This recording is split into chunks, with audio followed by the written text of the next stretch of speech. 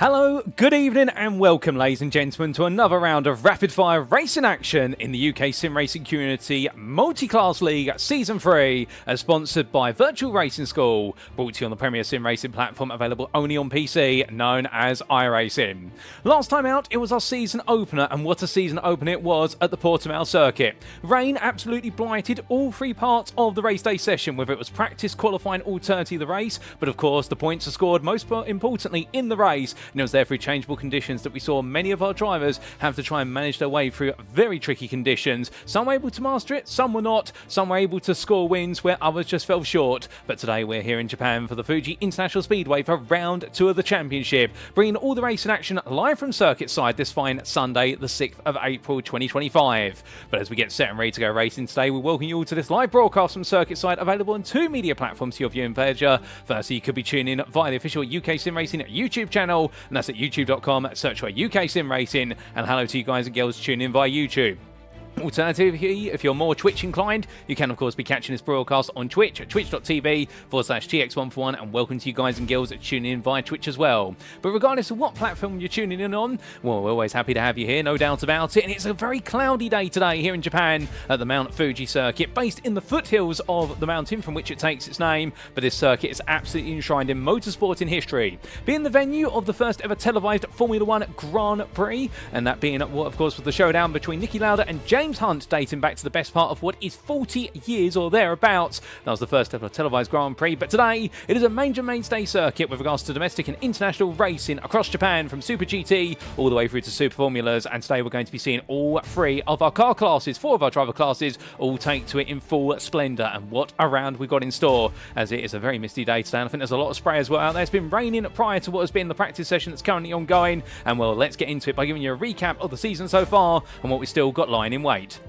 Or as we can see, we made our way from round number 1 in Portugal on the 30th of March to here today at the Fuji International Speedway. After today, we're making our way across the Pacific Ocean to stateside for the Long Beach Street Circuit in the US state of California, after which we'll be making our way to Italy for the Autodromo Internazionale Enzo Edino Ferrari for round number 4 on the 20th of April. Then we'll have our mid-season break week before we return for 5 rounds of racing action, which will begin on the 4th of May at the Autodromo Nazionale Monza in Italy, and then we'll be making our way back to the United States of America, firstly back to the US state of California for the Monterey County Circuit, WeatherTech Raceway at Laguna Seca in round number 6, and then it'll be the Michelin Raceway at Road Atlanta for round 7. The Circuit de Spa-Francorchamps will play host in round number 8 all the way over in Belgium, the venerable Belgian circuit, and then we're bringing things to a close in the US state of Michigan, the Detroit Grand Prix circuit at Belle Isle Park, and there it's going to be incredibly narrow, our second of our street circuits on the calendar, and what a way we're going to be wrapping up all the racing action.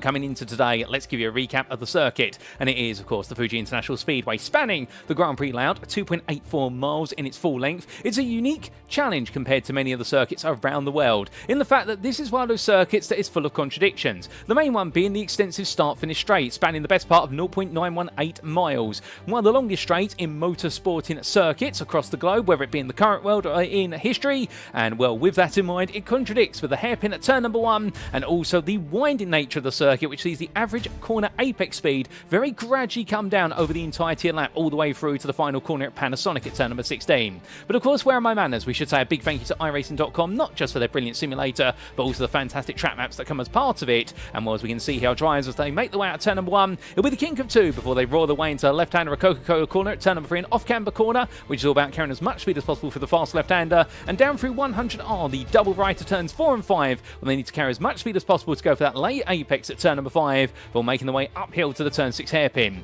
There, it's all about braking early and nailing that apex before getting the power back in, and as they make the way through the kink of 7, it's then all the way through 300R down through turns 8 and 9 into Dunlop corner chicane, turns 10 through to 12. A hairpin followed up by a low-speed chicane, which will eject our drivers out as they begin a rapid-fire uphill ascent through turns 13 through to 16, and that's where the average apex speed will be at its lowest point as they make the way over the crest of 13 and then uphill through next bend at turns 14 and 15. The sharp blind apex left-hander right angle corner at turn number 15 will then be followed up by Panasonic corner at turn number 16, also known as the corner where you can go any part of the best part of what is 3 to 4 wide.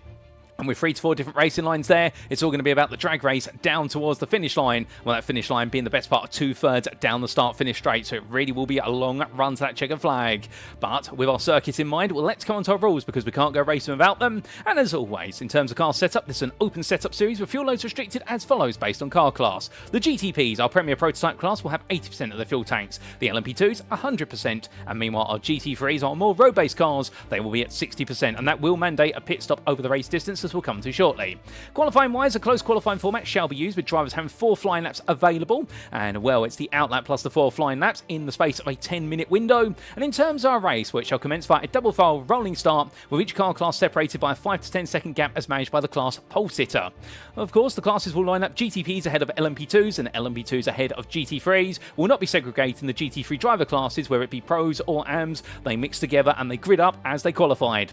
The race shall start for all classes when the GTP class is shown the green flags. That means when the GTP leader sees the green flag and takes the race in, everybody up and down the grid, regardless of class, does the same. And there is one mandatory pit stop, and that, with the fuel loads that we talked about earlier, is mandated for fuel. How the changing tyres is entirely optional, but some drivers may opt to do so, given the conditions, but also the fact they'll need to be thinking about essentially whether they want to change potentially 1 or 2 tyres in order to give themselves optimal grip for the second stint. Now, each driver has 1 fast repair available. That may also mandate them to come into the pits. Alternatively, they'll pick up a drive-through penalty if they accumulate 20 or more instant points, and that's when we'll also see them come into the pits. And all race stewarding shall be conducted post-race. But as we talk about that, let's also talk about the fact that we do have the return, and we will be doing it every week, of course, which will be our virtual racing school or our VRS giveaway. And well, thanks to our title sponsor for this season, VRS, each round we shall be giving away VRS competitive subscriptions to our competitors and to you, our viewers, but only on YouTube. Unfortunately, it's a bit of a limitation, but you've got to be on YouTube to take part in one of our giveaways. And for this round, we slightly changed the requirements. They'll change week on week. We'll be giving away 1 3-month subscription, and that'll be a raffle draw from the round's class podium finishers. So whoever finishes on the podium in each of our 4 driver classes, they'll be entering into the raffle draw, and that's the one we'll be covering first. And then we'll be coming onto a 2-month draw, so a 1 2-month subscription, and that'll be from the drivers who finished this round and picked up 0 stewarding penalty points from round number 1, and that excludes anybody today who wins the 3-month draw. So therefore, that's going to be a huge pool of drivers most likely. And then we're going on to the 1-month subscription, which you can win as a YouTube viewer by simply typing, and very shortly, hold your horses, don't do it quite just yet because we haven't turned that giveaway on, but we are now going to be turning that giveaway on what will be 3, 2, 1. And all you've got to do in the YouTube chat is type in the letters VRS in capitals all together, as you can see on screen there right now, and you'll be entered into that 1-month subscription draw for the virtual racing score. Again, just type VRS all together, or Victor Romeo Sierra if you're looking for that NATO language, and you'll be able to take part in that giveaway draw, and we'll be announcing all of our giveaway winners after the racing concludes live on the broadcast. But without further ado, that's rules, regulation and giveaways all in between. Let's head to circuit side and talk a little bit about what will be our schedule for today. Well, in just over what will be 5 minutes time, we'll be making our way into that qualifying session, 10 minutes in duration, all times in British Summer Time. That's BST or Universal Coordinated Time +1, UTC +1. Qualifying will be 8 o'clock this evening for 10 minutes with those flying laps and those close qualifying sessions for all of our drivers, after which we'll then be making our way to the grid at 8 this evening for our 60-minute feature race. 60-minute races up and down the calendar this season, and we're looking forward to seeing how everybody gets on as they take their way to the tarmac. And well, of course, that story does rage on here today at the Fuji International Speedway. But speaking of stories then, well, let's talk a little bit about our drivers so far and how the story has really gone for them. And here's one of the drivers who had a difficult time last time out at the Portimão circuit, Austin William Campbell, the Effect Simulations driver, just not quite having things come his way whatsoever. And well, he'll be hoping for plenty more today. That's no doubt about it, as he does make his way there through what will be at the left-hand return, number 3. He had plenty of pace, but unfortunately a couple of instances in those tricky conditions came his way, and they really scuppered his ability to be able to nail what could have been an absolutely brilliant result. But he's still well inside the title hunt. He's not excluded after a single round. No driver is, but definitely showing his title hunting credentials at the Portimão circuit, as did another driver in the form of Thomas Cope, who you can see there parked up in the pit lane in the Olympus Esports Porsche 963. And when we caught up with him in a post-round interview after round number 1, he was saying to us the fact that if the conditions are drier at Fuji and there's no sign of changeable conditions or water, well, it is looking as though he might be off the pace, because he was on the pace at the Portimão circuit in the wet. It does seem as though that Porsche 963 does love changeable conditions, and he did take the victory on circuit. However, a post-round stewarding verdict did see that due to contact he did have with a driver of another class, he was demoted at 4 points come the end of what was the stewarding verdicts for round number 1, and that did mean as a result, whilst he did take the winner's points, he did lose 4 of them, and that means going into this round, your GTP leader is none other than Patrik Thomsen, the Ferrari 499, albeit he's not out on circuit at the moment and not in the pit lane, so we can't show you the Ferrari driver, but he leads after what is 1 round in the GTP class, but very close between all 3 drivers, and many other drivers as well, really making announcements with regards to where they are in this championship going into the next round.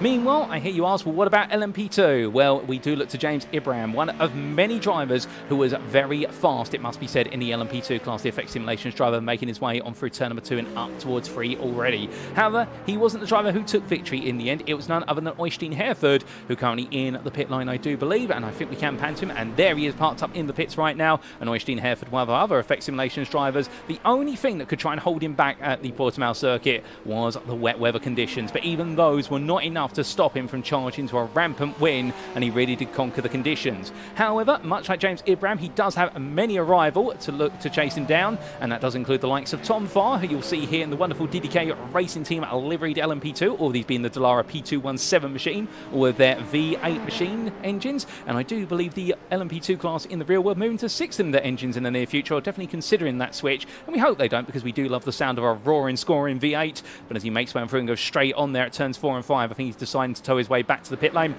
We did have James Acklam, went a bit of a challenging time in the office, it has to be said, but he'll be hoping that he'll be feeling a little bit better over the course of what will be the racing distance today, as we do say hello there to Honers Racing in the YouTube chat. And Honers, when you say very scratchy, I presume that might have been a bit of an autocorrect to very slippery, but if there are some issues with our microphone audio today, we are using a new microphone and new headset if things do sound a little bit different, and do let us know if you do want the audio of levels changed over the course of the broadcast. We're very open to feedback, as always, ladies and gentlemen. But we are running a new headset and we are breaking it in today, and hopefully we've got the audio levels right. We have done a lot of work behind the scenes, but if not, of course, do let us know and we will fix things up shortly. And I do believe that's Richard Jones in the YouTube chat there for Honers Racing, and well, we will be seeing Richard Jones out on circuit today. He's currently parked up in the pit lane for Slow and Steady Racing, or SAS Racing. He's parked up there in the Acura NSX Evo GT3, the 2022 machine, and getting himself ready to go. And he was one of the drivers at Portimão in the GT3 AM class who lost out after leading at one point. We saw the lead exchange hands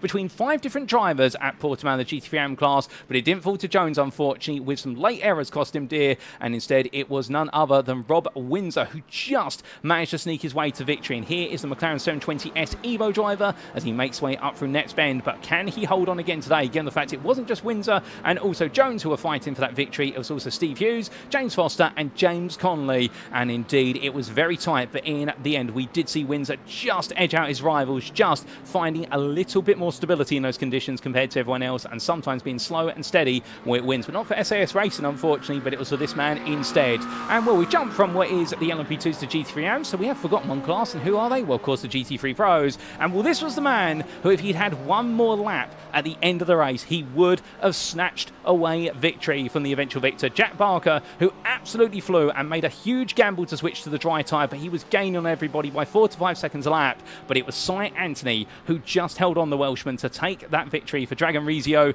and well, he'll be hoping to try and make it 2 from 2 today. But of course, there were many stars in the GT3 Pro class, and the likes of Jack Osborne. Osborne was the pole sitter. He put in that absolutely sensational qualifying lap, but it all went wrong in the race. So therefore, there is plenty of story to be told here across all 4 classes, and we are only a minute away from going into that qualifying session. But as we do say hello to Medmo there, or Matt Edmondson in the YouTube chat, and a huge shout out, by the way, ladies and gentlemen, to Medmo or Matt Edmondson for the fact he's the guy who put that wonderful intro video together. He is the master of the intro video, what is UK Sim Racing, so do give him a big amount of love, give him a big thumbs up as well, because he does a fantastic job of those intros season in, season out. But we have got these misty conditions, the headlights are on, Daniel Pays being a demonstration of that in the Ford Mustang GT3 as he makes his way through turn 1 and down towards turns 2 and 3, and well, it's going to be very challenging conditions here. And we do have a lot of mixed conditions races for the purposes of this season. There are going to be some which are dry, so we're not expecting it to be an entirely wet weather or changeable conditions season, ladies and gentlemen, but we do follow the official IMSA calendar, and that's why you are seeing this here today. But without further ado, the checker flag comes out on what is practice, and well, practice makes perfect, but you also know what makes perfect? A good lap to take qualifying pole position in your class. It's time to head into qualifying, ladies and gentlemen. And who's going to be on pole across our 4 classes? Let's find out.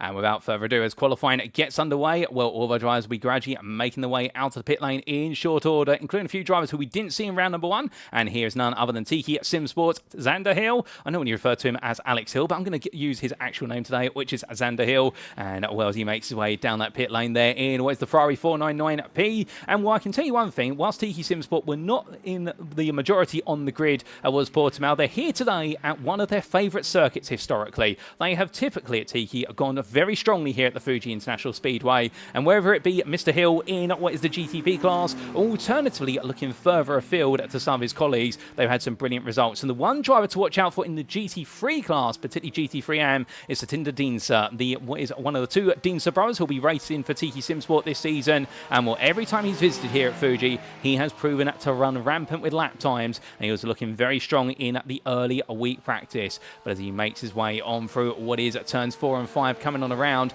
well, right now, Diensa, I think, will be thinking, okay, you've got to take it one lap at a time. And that Porsche 992, well, is a very stable car for these conditions. We have seen the Porsche go very well at circuits packed with direction changes, and also when you have that wet weather, given the engine is over the rear axle, it's rear engine, rear wheel drive, and that could just help Diensa find his way to take that potential victory. But of course, that's one way to talk about it, but things could all change as time goes on. But as he makes his way on down in towards that braking zone, well, we have some time before those first qualifying laps start to get underway. And well, again, with these changeable conditions here, you can see that spray is gradually dipping away from the rear of the cars, so therefore it does look as though we can't see any rain on the cameras at least. In fact, can we get on board with one of our drivers to give us an idea whether there's any rain falling or not? Well, we are going to look to Si Anthony's car here, and we jump inside the Porsche 992 as he makes way onto his first flying lap. The wiper's not going, so therefore it's just a wet circuit. There's no rain falling, so naturally what we could expect is that qualifying will help shift some water, and then when we do go into the race, it might be a race where you've got to try and decide whether to start on the wet tyre or start on the dry tyre. But given the amount of spray that's coming off the back of the cars, I get the feeling that the wet tyre is optimal at the moment. But you can imagine after 15 minutes of racing, particularly if we don't see any more rain, but also if we do see ambient temperature gradually rise up alongside what will be and track temperature, that is going to be an enabler to essentially start to look at that dry tyre. So anybody who decides to gamble on starting on the dry, they may come on strongly in what is the second half of the first stint, but of course they've got to try and survive the opening, what will be 5 to 10 minutes, even with the formation lap. And I do believe it's a partial formation lap here at Fuji International Speedway. They won't be doing the full distance, and that will be a challenge in of itself. But of course, Fuji has been no stranger to what is races dominated by difficult wet weather conditions. And I did mention, of course, the showdown between Niki Lauda and James Hunt, and with that being separated in the end by a single championship point, and in a race with some of the most inclement conditions that have been noted in motorsport in history. And indeed, that season full of races where the race conditions were absolutely treacherous, but in the end, Hunt surviving and to take that result by a single point, whereas his rival had to retire mid-race. But as we do see Si Anthony making his way on around here, we're looking from a GT3 all the way to what will be a LMP2. Well, in fact, not an LMP2, that's another GT3 there, and that is the SAS Racing McLaren of what is Alex Brown, making its way on down, the GT3 AM driver, who really had a bit of a baptism by fire at the Portimão circuit. His first, I do believe, in a long time. It might even be his first official sim racing league outside of iRacing official series, and it was great to see him make his debut in the UK sim racing series at Portimão. And in the end, really going for a bit of a learning experience. But then again, that's why he's in the GT3 AM class, learning as he goes, and it's always good to see drivers improve from what is week to week and round to round. And we wish him all the best luck as he makes his way on out here today. But as he rolls his way on through the corners, where we do start to get those lap times in, including Thomas Cope there setting a P3 GTP time of 1 minute 46.121, but I suspect that's more of what is a sight in lap there, given the fact he's 7 seconds off the overall pace, but goes very deep in towards turn number 1, and well, he's not going to be recovering from that with a valid lap. He's going to have to go again, as he's on his second flying lap at the moment, so that will be discounted, and he will have only 2 more flying laps to go as more lap times are starting to pour in. And as those lap times coming in, well, things are only going to get trickier and trickier, as the circuit will naturally start to get faster. Of course, for these GTPs, with the changes to the tyre warming physics and the tyre model for the GTPs, finding that grip takes a long time now. Meanwhile, our LMP2s, well, here is none other than Justus Stakielkas as he comes down in towards the hairpin at turn number 6, where he's looking to be just slightly ahead of Helder Gonçalves right now, with James Acklam also closing the prey there. The top 3 of LMP2 who set lap times are only separated by 2.5 tenths. Gonçalves to Stakielkas being by 300s. And then Ryan Walker says, okay, want to try and squeeze in the margins before James Ibram then says, well, you know what? I'm going to break into what will be the 42 zeros there. So Ibram not continuing the trend, which is more and more drivers trying to squeeze into a tinier and tinier gap of time between Stakiokas and Wes Acklam. But as we do see Walker making his way on for official photographer for the UK Sim Racing Series, and well, I do recommend you do check out what is our RG Walker Photography, in the fact that some of the finest sim racing photography that you'll see, and I do believe the official photographer for a number of series out there, including having worked with, unless I'm very much mistaken, at Motorsport UK Esports' division at one point, but he makes his way down to turn number 6. Well, more lap times coming through, as meanwhile it's a back and forth exchange for overall pole position of the GTPs, with William Campbell setting a 38.579, and then Hill going, you know what, I'm going to go half a tenth faster and setting a 38.528. Meanwhile, the question you might be asking is, in all of this, where is Patrik Thomsen? And we normally do expect him to be very fast out there. He was on paper the fastest of our GTP drivers at Portimão in both what was the qualifying and the race conditions, but it didn't quite work out in the end in the race, albeit he has been able to gain some ground. He is your championship leader based on stewarding results, and the fact he picked up the fastest lap point and the qualifying pole position point means that he came out around with 30 points, which would be the same as a race win, but second place is 28. Add 2 onto that, and there you get the 30. But right now, Thomsen making his way on around an absolutely tremendous conditions here to try and get things absolutely right, but many a driver trying to get things nailed on, and this Ferrari no exception here with its rather different gearbox compared to the rest of the GTPs. I do believe, unless I'm mistaken, it's a 7-speed gearbox, whereas its rivals may be using 6-speed gearbox, but don't quote me on that. In fact, part of me says that the BMW has a 7-speed gearbox as well. But as Thomsen comes out of the chicane, you can see just twitching from side to side as he tries to keep it together. So difficult to do here. You've got to tiptoe your way around at first, and then you've got to absolutely hammer it through the corners. Well, speaking of a man who's not going to hammer it, that's Darren Norquette into the pit lane. He's not happy with how qualifying's going. He's currently P4, 2.6 seconds off of the overall pole time, and well, he's going to be running out of time now if things do not come back together, as more lap times coming in on Casper Brotner in the GT3 Pro class off camera in the Ford Mustang, setting pole now by what is 4 tenths almost over Cy Ansley. But here comes Austin William Campbell down the start finish straight, and as he does so, going for one last gasp here. Well, let's drive on board with what is William Campbell as he makes his way down towards turn number 1. Now roaring his way on down here and getting ready to look for his brake marker. Hard on the anchors he goes in the BMW LMDH as he comes all the way down to first gear, and now just feed the power in, fill the rear tyres grip up, and now full throttle as he makes his way for the Kinker 2 and up towards turn number 3. You'll see there using always the left-hand side of the road to get some spray on the tyres, cooling them down, braking out the 100 board into turn number 3, down to third gear through Coca-Cola corner, and now as he makes his way through turn 4, staying nice and tight at first, he'll let the car roll out a little bit here to clear what is the exit point of 4.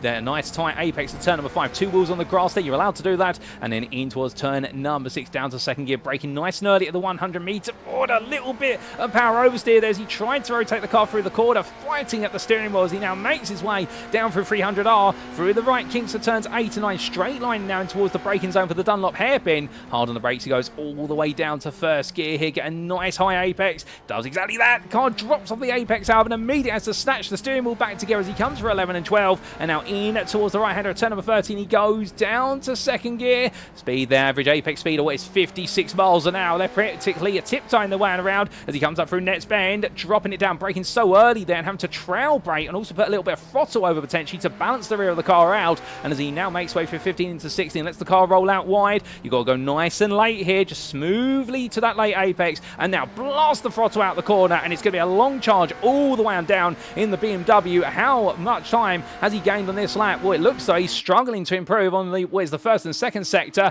but as he heads across the timeline there, the best part of what will be 170 plus miles an hour for Austin William Campbell, it is not an improvement, and he will be staying P3 at best, as Joshua G. Wilson, meanwhile, taking the provisional pole of 38.452, and Xander Hill only what is 800ths behind him. We do have Andreas Nordenhoff here for the Olympus Esports team, making his way around for his final flying lap, and well, all the qualifying laps are coming to a close for our drivers here with what is a minute left on the clock. We're not going to have much time left now, and I think a lot of drivers just trying to settle in as James Ibram, the Effect Simulations driver, currently on provisional pole in the LMP2 class. Can anybody beat him? Well, look at that. James Acklam and Justus Stakiokas, both in P3, P4 respectively, both on identical lap times, but Acklam setting the lap time first, and that explains why he's ahead of Stakiokas. It's always based on who set it first after the equivalent lap times down to the 1,000th, but the point being that it is close in LMP2, but to have what is almost a 10th to Helder Gonçalves, James Ibram will be feeling as though things are just coming his way. As being on the GT3 classes, it's looking as though a round 1 winner in the GT3M class of Windsor is going to be taking pole there, unless Edmondson can spring a late surprise. And meanwhile, Kasper Brotner is almost 4 tenths faster than anybody else, but I say that as Darren Sharples heads towards the line, albeit where is that line? And well, he crossed the line there, 50.011 in what is the McLaren 720S. He moves up into the top 3 of GT3 Pro, but he doesn't find much more time than that. Meanwhile, in the GT3M class, here comes Daniel Pais, another Ford Mustang driver. The Fords in very interesting strengths, but that'll be it for qualifying, ladies and gentlemen, because we call the clock at 10 minutes and it's time to head to the grid for what is our one and only racer today. And well, we'll take you through how they line up very shortly. And in fact, as the grid is now being set, this is how they'll line up for round number 2 of the UK Sim Racing Multiclass League Season 3, sponsored by VRS Championship here at the Fuji International Speedway. It was Joshua G. Wilson who takes pole position, for Effect Simulations. He's joined on the front row of the grid, starting with the GTPs, of course, by Tiki Sim Sports' Xander Hill. On row at number 2, it'll be Austin William Campbell for Effect Simulations Club Sport, and he'll be in the firm company of none other than what will be Sam Sherwood for Protect Motorsport. And then it's going to be Andreas Nordenhoff, who starts P5 for Olympus Esports, ahead of Nathan Foster for Empire Motorsport. And then we'll have on row number 4 the combination of Darren Orkett for Racing Forces and Patrik Thomsen for Williams Sim Racing Academy. And what a surprise there from Thomsen, putting it P8 after what was an absolutely lightning lap at the Portimão circuit in round number 1, but things not coming together for Thomsen whatsoever. On row at number 5, to complete your top 10 overall, it'll be Thomas Cope for Olympus Esports, also struggling in qualifying, it would seem, and Amrit Rajit Ghosh, who starts P10 there, the privateer. We'll then have on what will be row at number 6 to complete the GTPs, it'll be Christian Maltrek, who starts P11, and then we'll have the separation and starting P12 and pole position for the LMP2s. It will be Effect Simulations Club Sports James Ibrahim. Congratulations to him for an absolutely stellar pole position. And in fact, when he considers that behind him on row number 7, it'll be P13 to Helder Gonçalves for Track6 Racing, and then James Ackland, the privateer, who starts P14.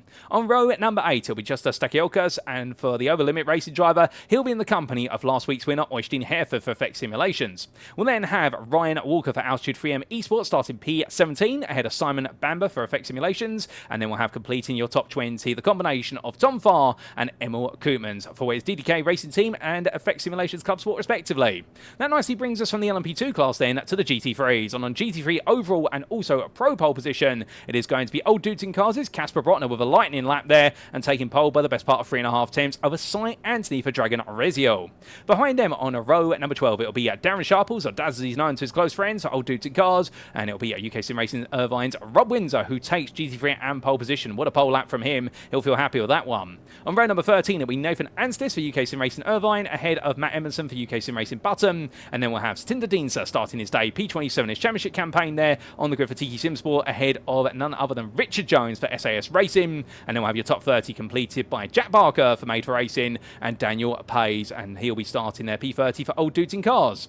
We'll then have on what is the 16th row of the grid the combination of Cy Hartley for THLF Esports, and he'll be in the company of none other than what will be Michael Meyer for Team LSR, and then we'll have on the penultimate row of the grid, I do believe, Steve Hughes for ANSI Sports and Tom Weston for DDK Racing Team, and then it will be Alex Brown for SAS Racing on the final full row of the grid, well, in fact on the final row of the grid P37, and he'll have Sean Cranny Swash as his what will be his compatriot P38 there for ANSI Sports as they all get ready to go. But Sean Cranny Swash, I believe, opting to start from the pit lane unless I'm mistaken, as this formation lap is underway, albeit it's very hard to see, but the grid is now making its way down the start-finish straight, and it will be very shortly to what will be Joshua Wilson to take us green flag racing.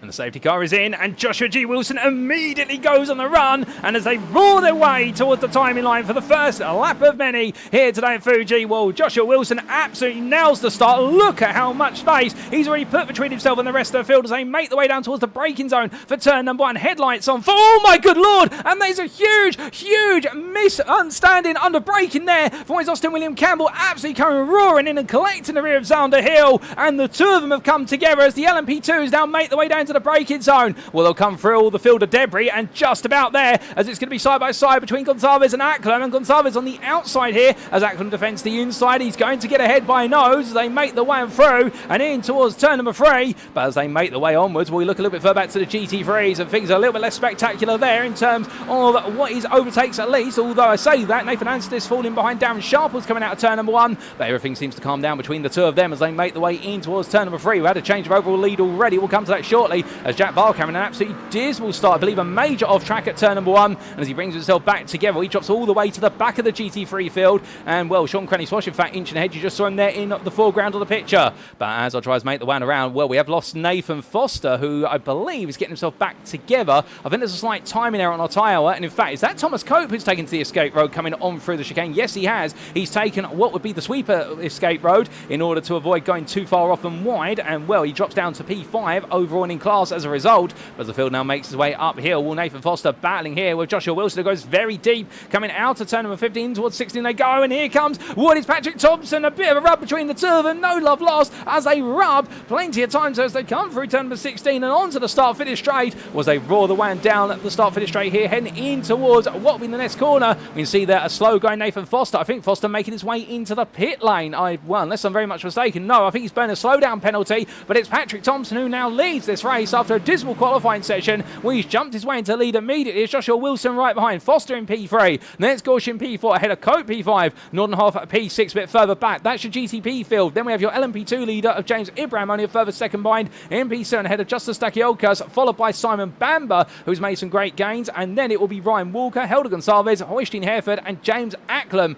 who complete the LMP2 running order, and it's a further 7 seconds back before you get to your GT3s, and they're being led by Casper Brotner, who started on pole for the GT3s, and he carries on his way as behind that's Rob Windsor battling with Matt Edmondson. This is the top 3 of the GT3s right now, and you've got 2 AMs there in the bottom 2 positions of that overall podium. If things were to finish as they currently stand, and that would be a surprise to be certain, as they power their way on up towards what will be turn number 3 for the second time today. And I think we're going to get a replay of some of the moments from the open lap of the race in short order, particularly the battle between what has been, I believe, none other than Nathan Foster and Joshua Wilson, and how Patrik Thomsen has squeezed his way into lead of that entire battle. But meanwhile, Øystein Herfjord under a bit of pressure here to try and stay ahead of James Acklam. I believe he's just found the move coming out of what was turn number 6 to stay ahead for the time being. But Acklam incredibly close as they onto the brakes, and Acklam goes all in on the inside here, and Herfjord in the end sees it coming and decides, you know what, I'm not going to fight it too hard, there's no value in doing so, and they swap places there, and Herfjord just tucking in for now, as meanwhile we've already got the multi-class aspect starting to play out here. They're all on the same lap as each other, these LMP2s trying to pick their way past Windsor and Edmondson, and they've just found their way past Brotner as well, as in fact Brotner's fallen out of the lead of the GT3, so it's Rob Windsor who's now your GT3 overall leader. It's an AM who leads GT3, as we can see here, Koopmans and Farr battling brilliantly side by side, and wherever you look there's fighting, no doubt about it, as they come out of what is turn number 13 up the hill towards 14. Sight Anthony there trying to pick his way out the inside of Richard Jones. Anthony having a nightmare start as well. A number of GT3 Pro drivers. I think there might have been a bit of an altercation down to turn number 1. We'll have to see and get the race start on that one in terms of a replay, but it does look as though everything's been shaken up a bit here. We've got, oh my goodness, as that is a little bit of a slide there coming out of turn 15. Up the inside, taking 1, taking 2 is none other than what is James Foster as they come through the corner. The DCW racing driver saw the door was wide open, but now here comes the Acura of what is Richard Jones trying to power its way back up the inside. This is a P3 in the GT3 AM class, and well, who's got the better straight line speed here? Who's set the car up for the straights, and how does the balance of performance dictate the speeds of these respective cars? Well, it is going to be the McLaren that is just slightly getting ahead versus what is Jones's Acura, and as they come down towards the braking zone with Jones on the inside line, surely he's not thinking about fully committed, he's going to send it. In fact, he is licking the stamp and going all in here, but Jones goes a bit deep, and up the inside goes Foster on the cutback. Jones does get it stopped in the end, but almost sees himself lose a position to Darren Sharples, who's now going to be rolling all over the back of him as we ride on board here with the 777. Some say he loves those numbers for luck. Indeed, lucky 7s all the way, but Sharples right now just staying where he is at this time and backing off there as they made the way through turn number 3, and I think Sharples playing it smart here, respecting the fact that at the end of the day things are not going to be forthcoming that easily as they make the way through turns 4 and 5 and up the hill in towards 6. as he does have Conley, Meyer, and what is Anstey all queuing up behind. Michael Meyer, in fact, for Team LSR, staying quite close right now. And once they come out to left-hander, if you are tuning in and you are on YouTube, don't forget you can take part in the 1-month VRS giveaway by simply typing VRS in the YouTube chat. That giveaway is open until we see what is the checker flag and the end of all the classified results here today at Fuji, and we'll be announcing the winner straight after. But right now, we've also got to announce a change of position here in the lead of the GT3 Pro class, and it's side by side there between Nathan Anstis and Kasper Brotner, as it is going to be Anstis up the inside as they roll on through the right hand up turn number 13, up into 14 they go, and Anstis makes his way up another position. And well, and the fact that Edmondson and Windsor are so far ahead, they're going to have to try and find a way to catch up to them, otherwise it will be the first time in what is the UK Sim Racing Multiclass League's history potentially over the race distance, if this does last the full hour, where we will see an AM GT3 driver take overall GT3 victory, unless I am mistaken. But meanwhile, make no mistake here, that's a fight going on in the LMP2 class, and that is James Acklam up the inside of Helder Gonçalves in towards turn number 1. Gets the move done there very quickly and succinctly, and another place gained for what is Acklam. He is starting to pick up the pieces after a difficult start. But speaking of difficult starts, well, I think we do need to take a look back at what happened on that opening lap, and there's multiple instances what you need to take a look back at, starting off of course with what was the beginning run here of the LMP, well, in fact the GTPs, and what happened between Zander Hill and I do believe it was none other than Austin William Campbell. And under braking, you're just going to see Austin William Campbell gets it wrong under braking and will charge right through the back of Zander Hill, and there it goes. He does try to take evasive action, but then Zander Hill had nowhere to go. And meanwhile, also an instant alongside there for what was one of our other GTPs. Meanwhile, in the GT3 class, I believe the race start just commenced on what was effectively the run out of the final corner, and that might explain why so many drivers end up getting it wrong. And Jack Barker had an absolute nightmare start. What happened to him was he came on down there on the inside versus Jones. It was under braking. So, oh my goodness, a braking on the white line. You could see the car immediately go there, miscalculating where the pit exit line was. There's no grip on that white line, and that's what exactly happened to Barker. And well, from all of that, well, what happened with Nathan Foster? He was battling on the lead lap versus what was there, I believe, that was Joshua Wilson, and Wilson getting clear as they came out of turn number 6. These all happening on that open lap, and Wilson then coming down towards the hairpin. And what happened to Wilson here? Because he suddenly lost everything in the space of one corner, just goes deep, and the car just does not want to respond. I believe Cope there taking what was the escape road because he went too deep into the corner. And then, well, after that, we saw Patrik Thomsen start to have a lightning run of the corners, and it was at turn number 16 where he got the move done. But we return to your live racing, ladies and gentlemen, and as we do, well, we come back to the fight here between Acklam and what is Gonçalves as they head in towards turn number 3. Side by side they go, and well, in the end, it's going to be Acklam who just absolutely jumps his way up the order and makes his way into P-Nut 5. But I think these two continue to swap places back and forth every so often, and I think that's a sign both of them still struggling to come to terms with the conditions out here at Fuji.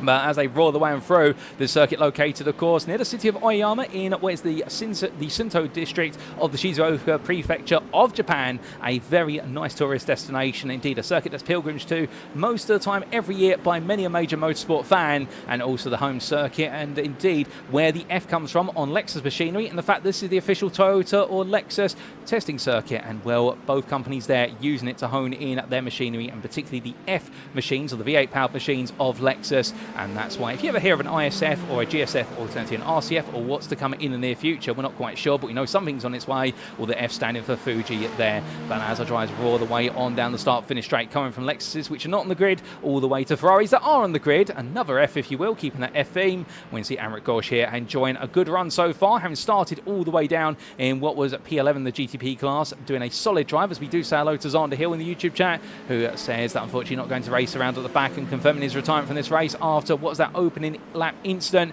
And we do feel for you, Zander, and hopefully you can have a better day in the office in round number 3 in a week's time. But here comes Cope looking for the move on Ghosh as they make the way through at turn number 4 in towards 5, and the Briton right now absolutely harrying as much as he possibly can as they roll the way up the hill. But in the end, try and look at the move, it gets very close there under braking, very close. Ghosh not quite as confident on the brakes, but to be fair, Cope can't just blitz his way through him, and therefore Thomas Cope having to play the game of guessing where's the right time to pounce. They now make the way down towards what will be turn number 10, and immediately up the inside here, and well, Cope's going to sweep his way around the outside and gets it done there into the braking zone, and Ghosh putting up a bit of a defence, but in the end Cope just having the confidence in this Porsche 963 we do know works very well in these changeable conditions. I think therefore feeling right now that the car is coming to him.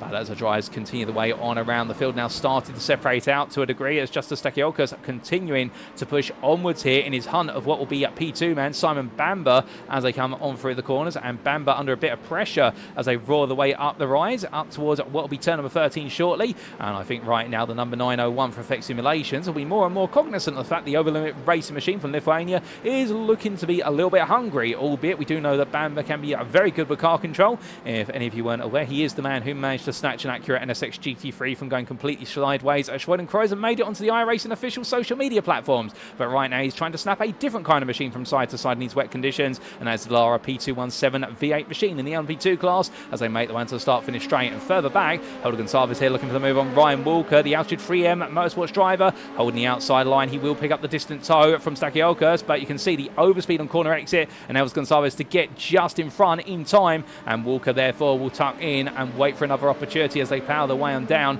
10 minutes complete. We've still got the best part of 50 minutes to go. A long journey ahead here in Japan, and onto the brakes they all go, and Walker just staying behind us. Meanwhile, Simon Bamber goes wide at turn number 1. I think they're just pressured into running deep as a result of what's the pressure on Stakiolkas, and well, Justus Stakiolkas has a little bit of traffic in front of him, and that is none other than the GTP there of, I believe, Nordenhof. And well, with that, Helder Gonçalves has caught up behind, as has Bamber, and the GTP is really struggling right now. The lap time outside of what is the top 3 in the GTP class, and therefore the LMP2s are the faster machine. But here comes what is Gonçalves trying to go round the outside. This is brave from Gonçalves, whilst they're all trying to battle their way around the GTP that's struggling for track temperature, or tyre temperature I should say, and that's going to cost Gonçalves greatly, as now he'll have Bamber on his outside as they make the way down through 300R. Side by side in towards the braking zone they go, and as they do, we can see Bamber tucks back in behind Gonçalves. Onto the brakes they go, and the number 23 of Gonçalves holds on, but Stakiolkas goes deep, he goes wide, and that's going to enable Gonçalves to get up the inside, and then the outside coming through turns 11 into 12, and it is going to be Gonçalves who gains as a result of this, as Bamber taps the rear of his rival. Ryan Walker now gets onto the back of this and says, can I play? And as they come up through Nets Bend, well, nobody will want to come off racing line here because there just won't be any grip. There'll just be water pouring on down what will be that uphill section. So right now they're all struggling out there, and when you add it to the mix of GTP that's struggling as well, you get some brilliant racing, as you can see here, as they make the way up the rise. Øystein Herfjord, meanwhile, trying to pick his way past James Acklam. Herfjord having a nightmare start to his race as well, but Acklam not having a solid start either. And these two side by side now as they drag race their way down the start finish straight, and this will be a pure drag race.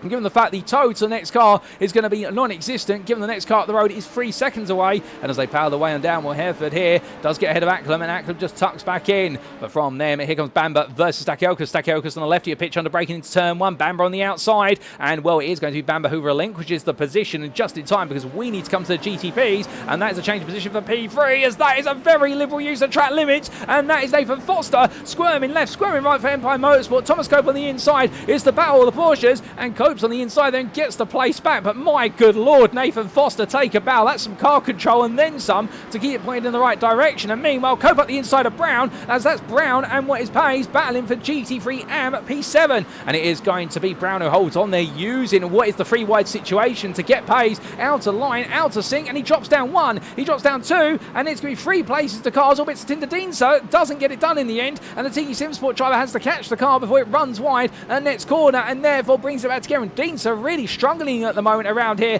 at the Fuji circuit, as these track conditions just not favourable. So the Tiki Simsport driver loses the rear end. It's into the barriers for what is the number 10 driver, and as a result, he tries to get the car turned around. Well, he does so there, tries to get it pointed, and well, everyone around able to react in time, but Dean so there just taking a little bit too much power coming out of the final corner, catching the rear left tyre on what was the runoff curbing, and well, no grip there, just standing water, and that was enough to send the car on around. But as the drivers bring themselves back together, and particularly Dean so, well, that's going to be a lot of damage on the car, and I can imagine that damage is not going to be rewarding in the long term. But as he makes his way towards the braking zone for turn number 1, closing up behind him is the menacing grin of what is that Ford Mustang piloted by Sean Cranley Swash, and the Ansi Sports driver here hoping to gain a little bit more time, albeit as he comes on through, well, there's even more fighting going on, as this is Matt Edmondson, Casper Brotner, well, in fact that's Rob Windsor I should say, being passed by Brotner, but Brotner misses his braking point and decides to take a long trip to the grass as he now rejoins rather than taking the escape road there. there, avoiding what is a slowdown penalty essentially, and James Foster catching up behind, and Foster will want to clear Brotner, and well, Casper Brotner, despite that absolutely brilliant pole lap in GT3 Pro,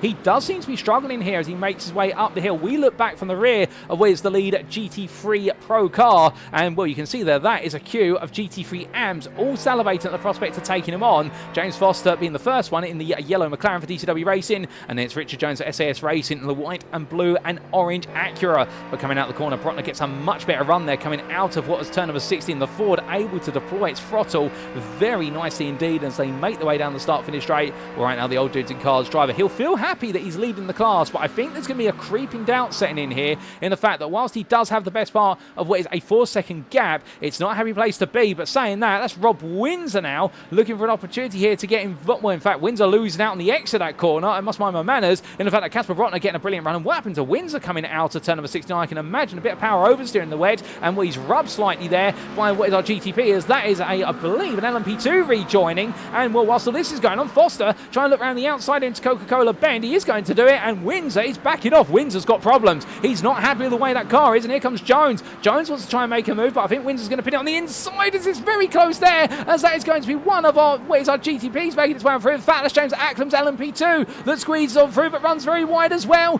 Cope's in the mix as well, the P3 GTP driver on the lead lap. It's getting very tasty as they all go deep, but it is going to be Jones who squeezes on the inside, and behind him will be Darren Sharples as they all squeeze together. Acklam, meanwhile, in all of this, tries to pin it back, the P9 LMP2 driver, but goodness me, it's pandemonium here as they come down towards Dunlop. I don't know which way they're going at this point, but what I can tell you is with everything that's going on, and oh goodness, Acklam gets caught on the side of Jones. That causes Jones to go deep, and now looking around the outside of Sharples, but Sharples goes way too deep in turn at turn number 11. They're all going deep here, and well, as they roar the way around right now, it's anybody's guess who's going to be leading in these battles come the end of the next lap, for the simple reason I think everyone's continuing to struggle. And whilst the wipers I don't think are going that rapidly at the moment, I can imagine with the water they've got out there, nobody is feeling comfortable at this time, and it's definitely showing. But meanwhile, coming from what is the GT3's interacting with the LMP2s back to your race leader, well, this is Patrik Thomsen in the GTP in overall lead, and well, he is opening up a gap now to 10 seconds over Joshua Wilson. He is absolutely flying, it's Thomsen. Nobody seems to be close to him at all as he roars his way in towards Coca-Cola. And well, when you've got a 10-second gap to the next man, Joshua G. Wilson, well, the two Ferrari drivers here in equal machinery, they may have their own different setups and unique setups, but you have to imagine that Thomsen right now is absolutely dialed in. And whilst Wilson and did have a decent start to the race, unfortunately it all unfolded on lap number 1 very quickly. He found himself back ahead of Nathan Foster, who's in the pit lane as I look out my commentator booth window. But right now, Wilson has got to try and find some magic, as has Thomas Cope. But Cope, to be fair, in a car that is going well, but he's found himself in a lot of traffic, and that traffic has cost him a plethora of time. That last lap, he was 7 seconds slower than Thomsen. That is how much that battling with traffic has cost him. Well, he's been able to find his way through now, but he's got to try and recover that time. But that's what happens in multi-classes, just as Stakiokas into the pit lane. And I would imagine here, this is potentially for what is a preemptive stop in terms of they may be able to get the fuel in to go to the end, but at least look at the spray that's coming off of the cars. It's practically non-existent at certain points now. I would imagine those who started on what is the wet tyre will now be looking at going to the dry. But in fact, there you go, ladies and gentlemen. We can give you the tyre data in terms of what tyres drivers are on, and well, those who opted to start on what is the dry tyre, that seems to be where the benefit is. So that's why we have seen a very shaky run of tyre pace, as Jack Barker, meanwhile, out of all this, runs very wide. They're coming down through at 300R. He brings it back together into the braking zone, and well, those who opted to start on the wet, it's a big gamble, but a lot of losing out. But intriguingly, most of the GT3 AM class opted to start on the wet. The one driver who did not is Daniel Pays. We do see there what is Pays having to recover the car after a bit of an excursion wide. The point about this being that Pays was yet to pit. He should in theory be starting to gain lap time versus his rivals, whereas everybody else should be falling off the lap time in the GT3 AM class, but nobody seems to be doing so at the moment, as meanwhile Rob Windsor comes into the pit lane. So those who did start on the wets, they're all reacting to the fact they're being told by their crew chiefs it is drying conditions now. You've got to come in and put the slicks on, and if you can, try and get enough fuel to get to the end of the race. But whether they're able to do so, that's the problem. And if you're somebody like Matt Edmondson right now leading in GT3 AM, well, if you haven't got the ability to put the fuel in the car to get it to the end of the race, surely you've got to take a gamble here, which is, okay, I'm on the wrong tyre, can I get the tyre to last a little bit longer? Because those fuel tanks, that 60% fuel tank for the GT3s, well, you would imagine if they can get to around where's the 25th minute, they should be able to fill the tank back up and then get to the end of the race. And that's the ideal position. Then you only make the one pit stop. However, if you pit earlier, of course, you leave yourself at risk of having to essentially, well, it's underfuel the car. You maximise the fuel tank, but it's underfueled to get to the end, and you have to fuel save. Alternatively, you have to do a second stop. And, well, the signs are showing. Satinder Dean's fastest lap of the GT3s, a 45.284. He's on the dry. He's got the car repaired as well. In fact, he hasn't got any repairs in the car. Let me correct myself. He hasn't been into the pits, but he's on the dry tyre, and he's now flying out there. So this circuit is drying up quickly, and it means now those on wets, they're going to look more and more vulnerable as we go the distance, albeit, of course, there's still Walltown circuit. You can see in that picture, despite the mist, we do have quite a bit of standing water off the racing line. So therefore, overtaking if you're on the slick tyre is where the problems will be or arise very quickly. But if you can get onto the racing line, you are going to absolutely fly. And I think a lot of drivers now starting to pick up the pace. We look to Sean Cranny Swash here, one of our drivers who's on the dry tyre, and he is picking up pace as well in GT3 Pro, given the fact he started P7 in class, but he's up to P4, and his pace is looking very good compared to most of his class contemporaries.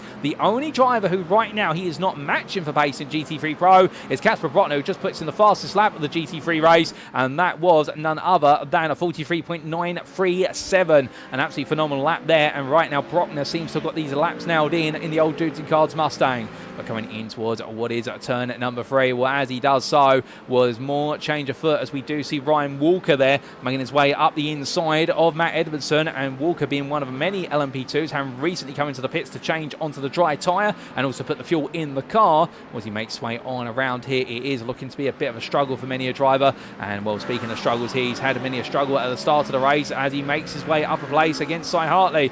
Well, as he makes his way on past there, the two teammates swapping that place, or ex-teammates I should say, with Cy Hartley for this season racing for THLF Racing, whereas Dean Serve racing for Tiki Simsport. But the point being there, they won't want to step on each other's toes where possible. And as he makes his way down to the braking zone, Deanser is flying, as is Steve Hughes a little bit further back. Steve P. Hughes as he comes on down there for Ansi Sports, and that is an absolutely monstrous lap of what is a 44.85 for the GT3 class. So therefore, some drivers are really starting to nail those lap times.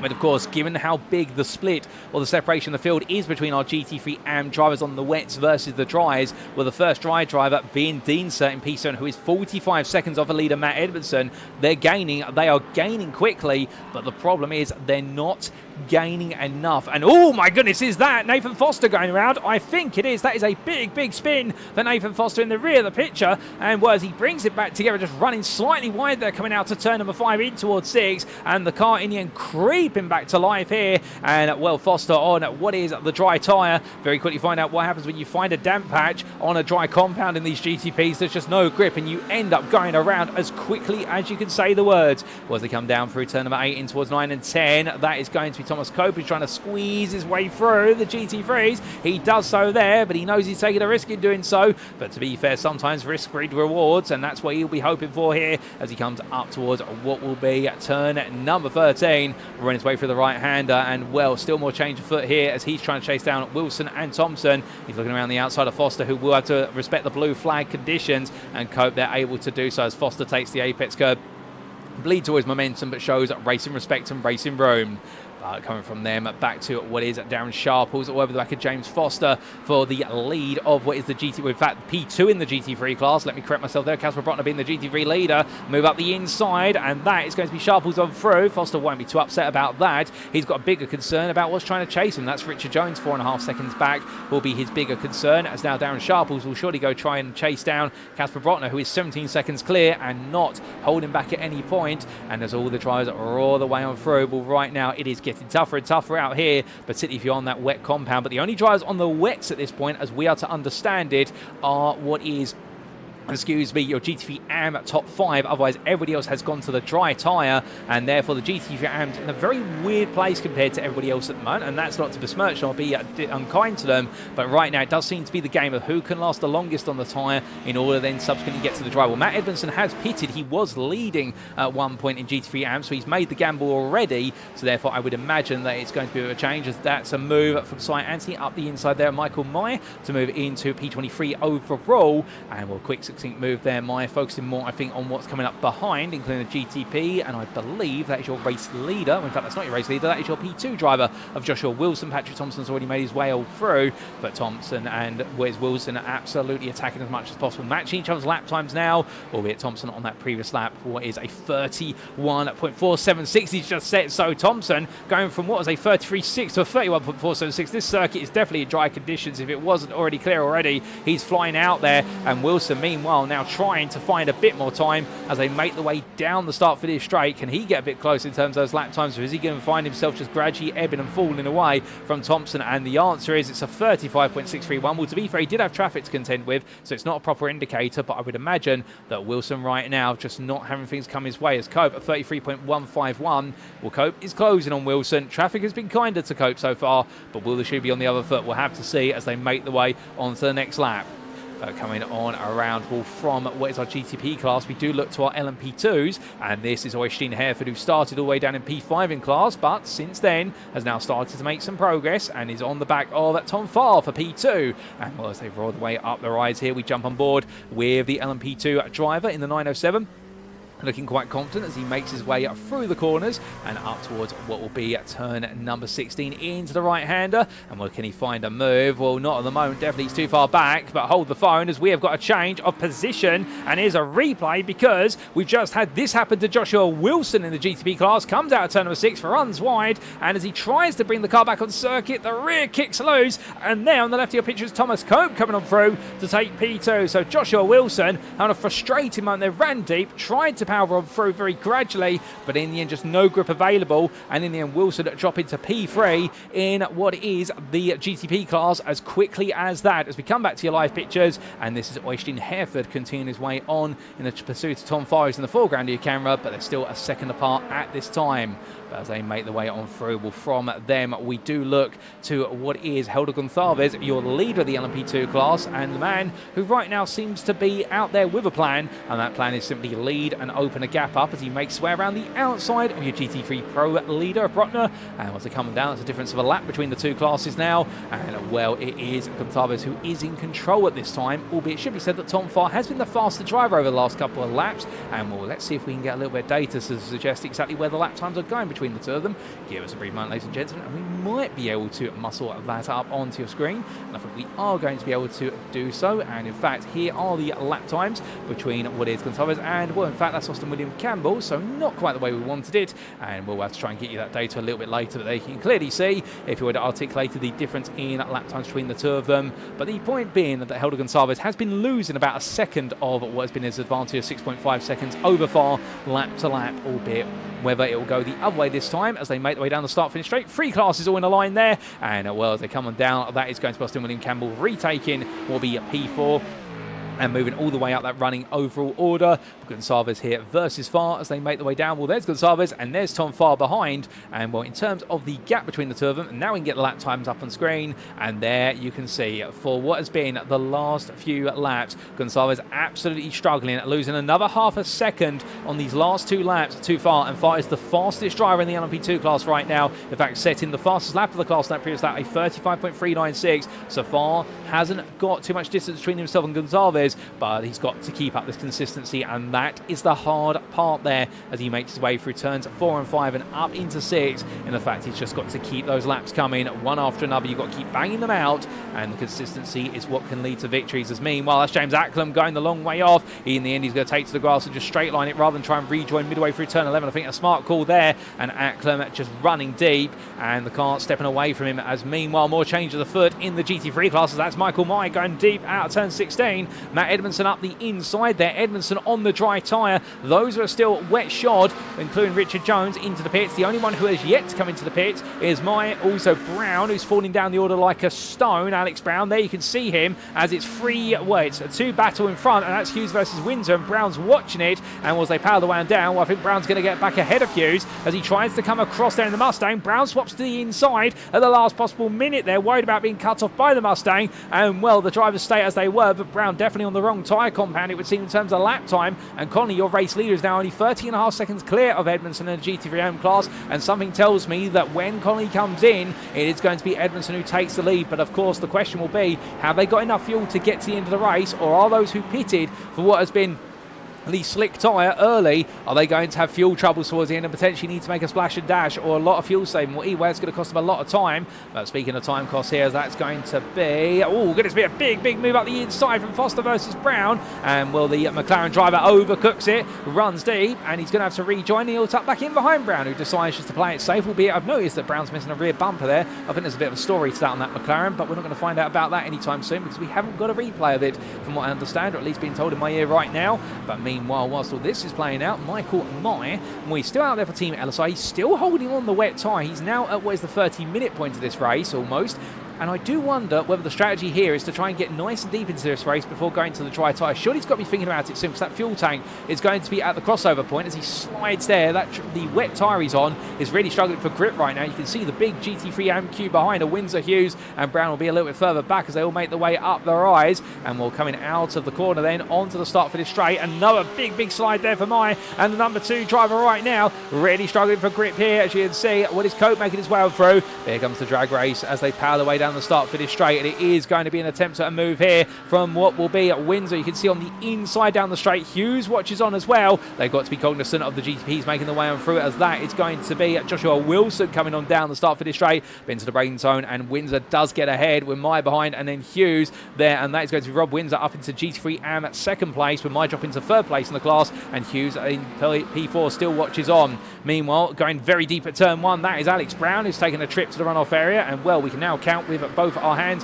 and also where's our toes how many drivers have done that into turn number 1. I believe it stands at 12 separate drivers have done that, and that's not to take the Mickey out of them, it's just simply a point out. It's been catching out so many drivers over the course of what is the races so far, and well, as he makes his way on through turns 4 and 5, well, right now Brown definitely trying to keep it together as he roars his way up the hill, but Myatt and Hughes will be fighting each other, and Steve Hughes at this point has got to be thinking, okay, I know that Porsche is struggling for grip, I've got to get this job done, as we ride on board and look down over the top of the Ansi Sports number 7, and well, he's going to be up the inside here. He's going to go all in on the brakes. The Porsche's got the stronger brakes, but it hasn't got the grip on the tyres. Meanwhile, Hughes simply sails on through on the inside there and moves up into P3 in the GT3 AM class, but credit where it's due to Michael White. He is trying to keep alive on what is that wet tyre, and well, if there's a strategic surprise later on, that could be a big turn of the wheels. And right now, I think the Porsche driver, as much as he's carrying on, surely he's got to be considering pitting soon, unless there's a rumour of rain on its way. Well, if there is, that will serve to shake things up even more, and we'll have to wait and see what exactly happens with regards to the weather. But right now, the weather does not seem to be turning this way or that. It seems to be pretty stationary as the drivers roar the way on around as they come charging on around the circuit. Well, right now it's looking as though from driver to driver things are getting testy, no doubt about it, and there are some out there still trying to persevere the conditions. Myatt, Brown being the 2 main ones here, staying on that wet tyre as they come on down that start for this straight. But coming from GT3s back to GTPs as we make our way into the second half of this race, Patrik Thomsen leading now by 24 seconds, and a gap that is only going one way, it would seem, and it is going his way, with Thomas Cope in P2, and well, the Olympus Esports driver trying to chase down the Williams Sim Racing Academy driver as fast as he can, albeit it's easier said than done. And P3 in GTP is Joshua G. Wilson, as here the man in the Ferrari 499 who has a bit of a troubled history with Fuji. Many of you may remember in season 1 of the UK Sim Racing at Multiclass League, it all went wrong at the start with a major brake failure, if my memory serves me correctly, or a steering wheel failure, but it ended up being a disastrous incident. But things in a much happier place today, and well, in the end he was deemed to not be at fault for that, for the simple reason it was a huge technical failure, which many a driver was aggrieved at, but those technical failures can happen. And well, Wilson today clear of all the danger, it would seem, and had a brilliant start to the race, albeit it all fell apart on the open lap, and therefore he's now trying to pick the pieces back up as he can. A long way to go in this Ferrari, and well, as he roars his way on around, we look to Austin William Campbell here making his way on through, and well, as he does down the start for this straight, well, right now in a bit of a lonely P4, the Effect Simulations driver, and things not coming kindly to him. But from the GTPs, we then do come to what is the LMP2s, and well, Helder Gonçalves being your leader overall in the LMP2s here by 3.5 seconds over Tom Farr. And well, Gonçalves and Farr, they are exchanging lap times, but the problem is the exchange is in favour of Farr, who right now is delivering what is the best part of a second to 1.5 seconds a lap on average versus Gonçalves, although as I say that on that lap he is only half a second faster. But the point being, the DDK Racing team driver is right now nailing those lap times, lap after lap, and Øystein Herfjord, meanwhile in P3 in the class, he's not quite on the pace of the top two, and by comparison he is being caught up to by Emil Koopmans, his teammate from Effect Simulations, and he's been caught up by 2 to 3 tenths a lap, so it's a much smaller gain here. But Koopmans right now, I think, feeling confident that he can close up and move into a podium hunt. And well, from then we come to the GT3 class, and well, it was all about the GT3 AMs on the opening couple of laps, although saying that, what on earth's happened to Tom Farr? That's him out on the runoff area there at turn 4. Well, he just appeared and he's reappeared, and where he's gone a long way down the running order. He was charging his way in the hunt towards the lead of the LMP2 class, but what exactly has happened there? What I'm hearing in my ear, we've got a few replays to take a look at here, and well, firstly, with regards to Tom Farr, we're going to get a look at that straight away. He went straight off, and here is the replay to explain, ladies and gentlemen, into turn 3. Let's keep an eye on this and see what happened. And we ran into the gully there, and well, if you're wondering what we're on about, we're not talking about going bowling, albeit once he lost control of the car, you'll feel like a bowling ball going down the lane. But let's take a look back at that from on board, and you'll see the story. And well, jumping on the onboard, listening. And you can hear there the car just running a bit wide, and as soon as the right-hand side tyres got caught in the depression on the exit curb, there's a small depression to enable water to soak away on the exit of turn number 3. Well, that collected the car, and for Farr, it was a simple case of it's all gone very wrong as he brings it back together, but not the way he wanted it whatsoever. And well, return to live racing, but for Farr, definitely a huge moment there, and also damage to the car as well. Hopefully, it's not going to scupper him too hard, because we'd love to see what he can do in the fact that he has been the fastest of the LMP2 drivers so far in these drying conditions. But a frustrating moment there. But we've also had an intriguing moment for Matt Edmondson as your GT3 AM leader, who seems to drop out the lead and then reappear in it, as we do see Farr here making his way up the inside of what is Ryan Walker, who is, I believe, a lap down on Farr, and therefore just yielding to the lead lap LMP2 driver. But here's what happened to Matt Edmondson from the lead of the GT3 AM class, and as he made his way on through turn number 13 to 14, he was leading comfortably. Up the rise he went into the braking zone, the car snapping on him and just going straight to, oh goodness me, and in the end with some standing water and also the painted white line, had to collect the car together. And well, there was your P2 GT3 AM driver who came up alongside him, Rob Windsor, and Windsor came up into Panasonic corner. And what happened between them here, it was side by side. Is Windsor going to go deep? Yes, he is. You can see the brakes immediately going on for Rob Windsor, and well, I think Rob's saying, okay, it's going, it's gone, it's not quite gone, and brings it back together. And well, that explains what happened between the two of them. The two UK Sim Racing teammates almost both coming to tears in separate instances at the same set of corners. And well, that would have been a heartbreak for the team that has carved itself a very comfortable, what is 10-second gap to James Foster in P3. But as we come back to your live pictures and the recap of the running field, well, we come on to the GT3 Pros. And your GT3 overall leader is Casper Brotner, who leads the Pro class, and he's leading now by a gap of 25 seconds. Brotner is absolutely in control here of the GT3s as he makes up the hill. It's the GT3 AMs who are leading the way in the early stages, but that's because most of the AM drivers had opted to start on the wet compound, whereas we now discover through the information that's been fed to us that the GT3 Pros, the majority of them opted to start on the dry compound and were struggling at first, but on a drying circuit. And we did talk about the fact no rain was falling and the spray was going down from qualifying into the race. Well, they explained the story, and Brotner is absolutely roaring away in that Ford Mustang. Meanwhile, we'd have Darren Sharples in P2, the GT3 Pro drivers, the old dudes in cars driver, much like his teammate. Well, it's going to be a 1-2 for them if things carry on as they stand.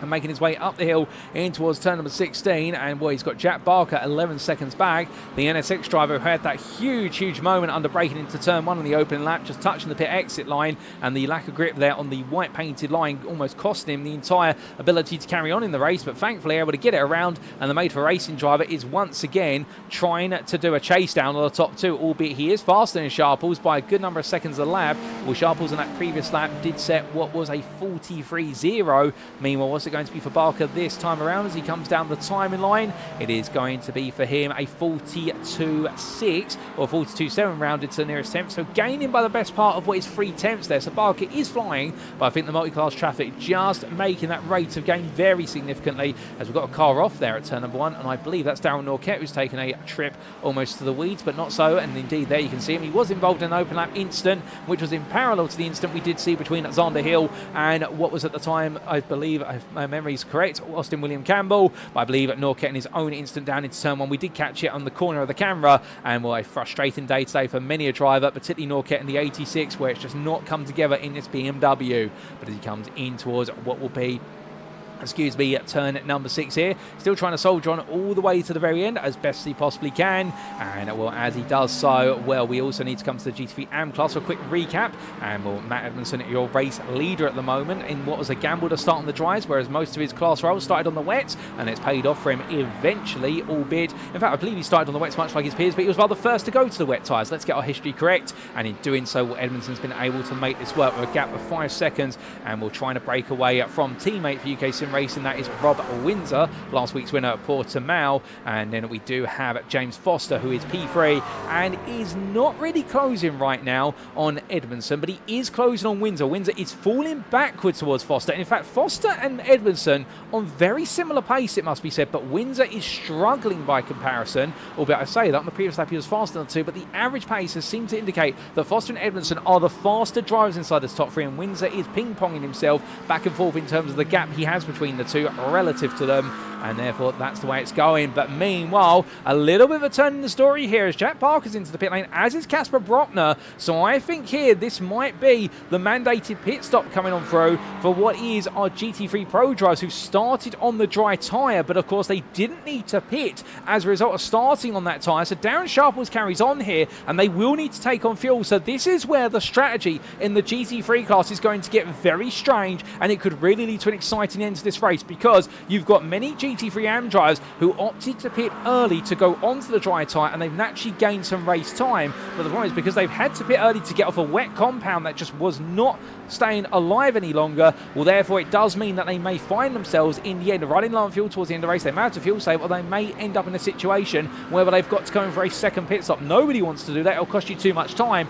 and that is where the interchange is. Well, Sharples carries on round, but we've got to expect he's got to be coming in shortly, given the fact that we are 41 minutes clear of the start of the race. And well, these fuel tanks, they won't be using as much given the fact we've got wet weather conditions. They're not at full pace, but they are close to it now with the circuit drying, and that means that these fuel tanks will be extended to the best part of what will be about 45 minutes of racing, if my mathematics is correct here. We normally do see the fuel tank last no more than 37 to 38 minutes in the GT3s in completely dry conditions, but of course, depending on the severity of the wetness, well, it can see the fuel tank go a bit longer. Sharples carries on another lap here, so he's going to try and go the distance. He's going to try and keep the pace up, because of course when you come into the pits you lose tyre temperature. Even if you don't change the tyres that you're on, you lose temperature, and that temperature is so important. And Sharples is just trying to see how long he can make this stint last and give himself the best possible opportunities into that second stint. But then coming to what is your LMP2 class, whilst all that's playing out, the GT3 battles right now are more on strategy and not on circuit. Well, we do have a bit of a battle grind here between two Effect Simulations drivers, and it's Herford versus Koopmans. Into the pit lane comes Gonçalves from the lead of the class, and well, none of these guys have pitted as of yet, so therefore they have got to pit at some point. And well, with everybody now on the dry tyre, you would imagine at this point it's going to be a situation whereby all of our drivers now will be focusing just purely on strategy and race each other, albeit the wet spots of the circuit. But Hereford will take the lead of the the LMP2 class, and Emil Koopmans will be right behind him. But look how close these two are right now. And well, Effect Simulations Carbon will be very happy to see their teammates running together 1-2, albeit with strategy still to play. Helder Gonçalves is in the pit lane still being serviced, so I look at my commentator booth window. But the key point being here is the fact they won't want to trip over each other, and they won't want to fight too hard, because they could cost each other a lot of time, potentially ruin an opportunity to have a double podium at least, if not have one of them take victory. As Herford goes wide, he collects it back together. Does he rejoin? He does get it back together on the rejoin, but just running a little bit too hard on the throttle there coming out the hairpin. It's so easy to make that mistake in the dry, let alone the wet, but it's more punished in the wet, and Emil Koopmans becomes your LMP2 leader on circuit, but perhaps not on strategy, as he absolutely clatters the car over the sausage curb there at the Dunlop hairpin. That's not going to be helping the undertrail. The suspension one bit, he won't want to keep doing that time and time again, because otherwise the car will be in a nasty place. But thankfully gets it together that time as he heads up the hill towards next corner, turns 14 and 15, and through the left-hander. Well, right now It does look as though Koopmans is absolutely coming alive in this race and will run his way in towards turn number 16 he goes as he comes on through the right-hander. Just a quick reminder, of course, ladies and gentlemen, in the fact that we do have a giveaway ongoing in the YouTube chat. All you've got to do to earn yourself potentially an opportunity at getting a 1-month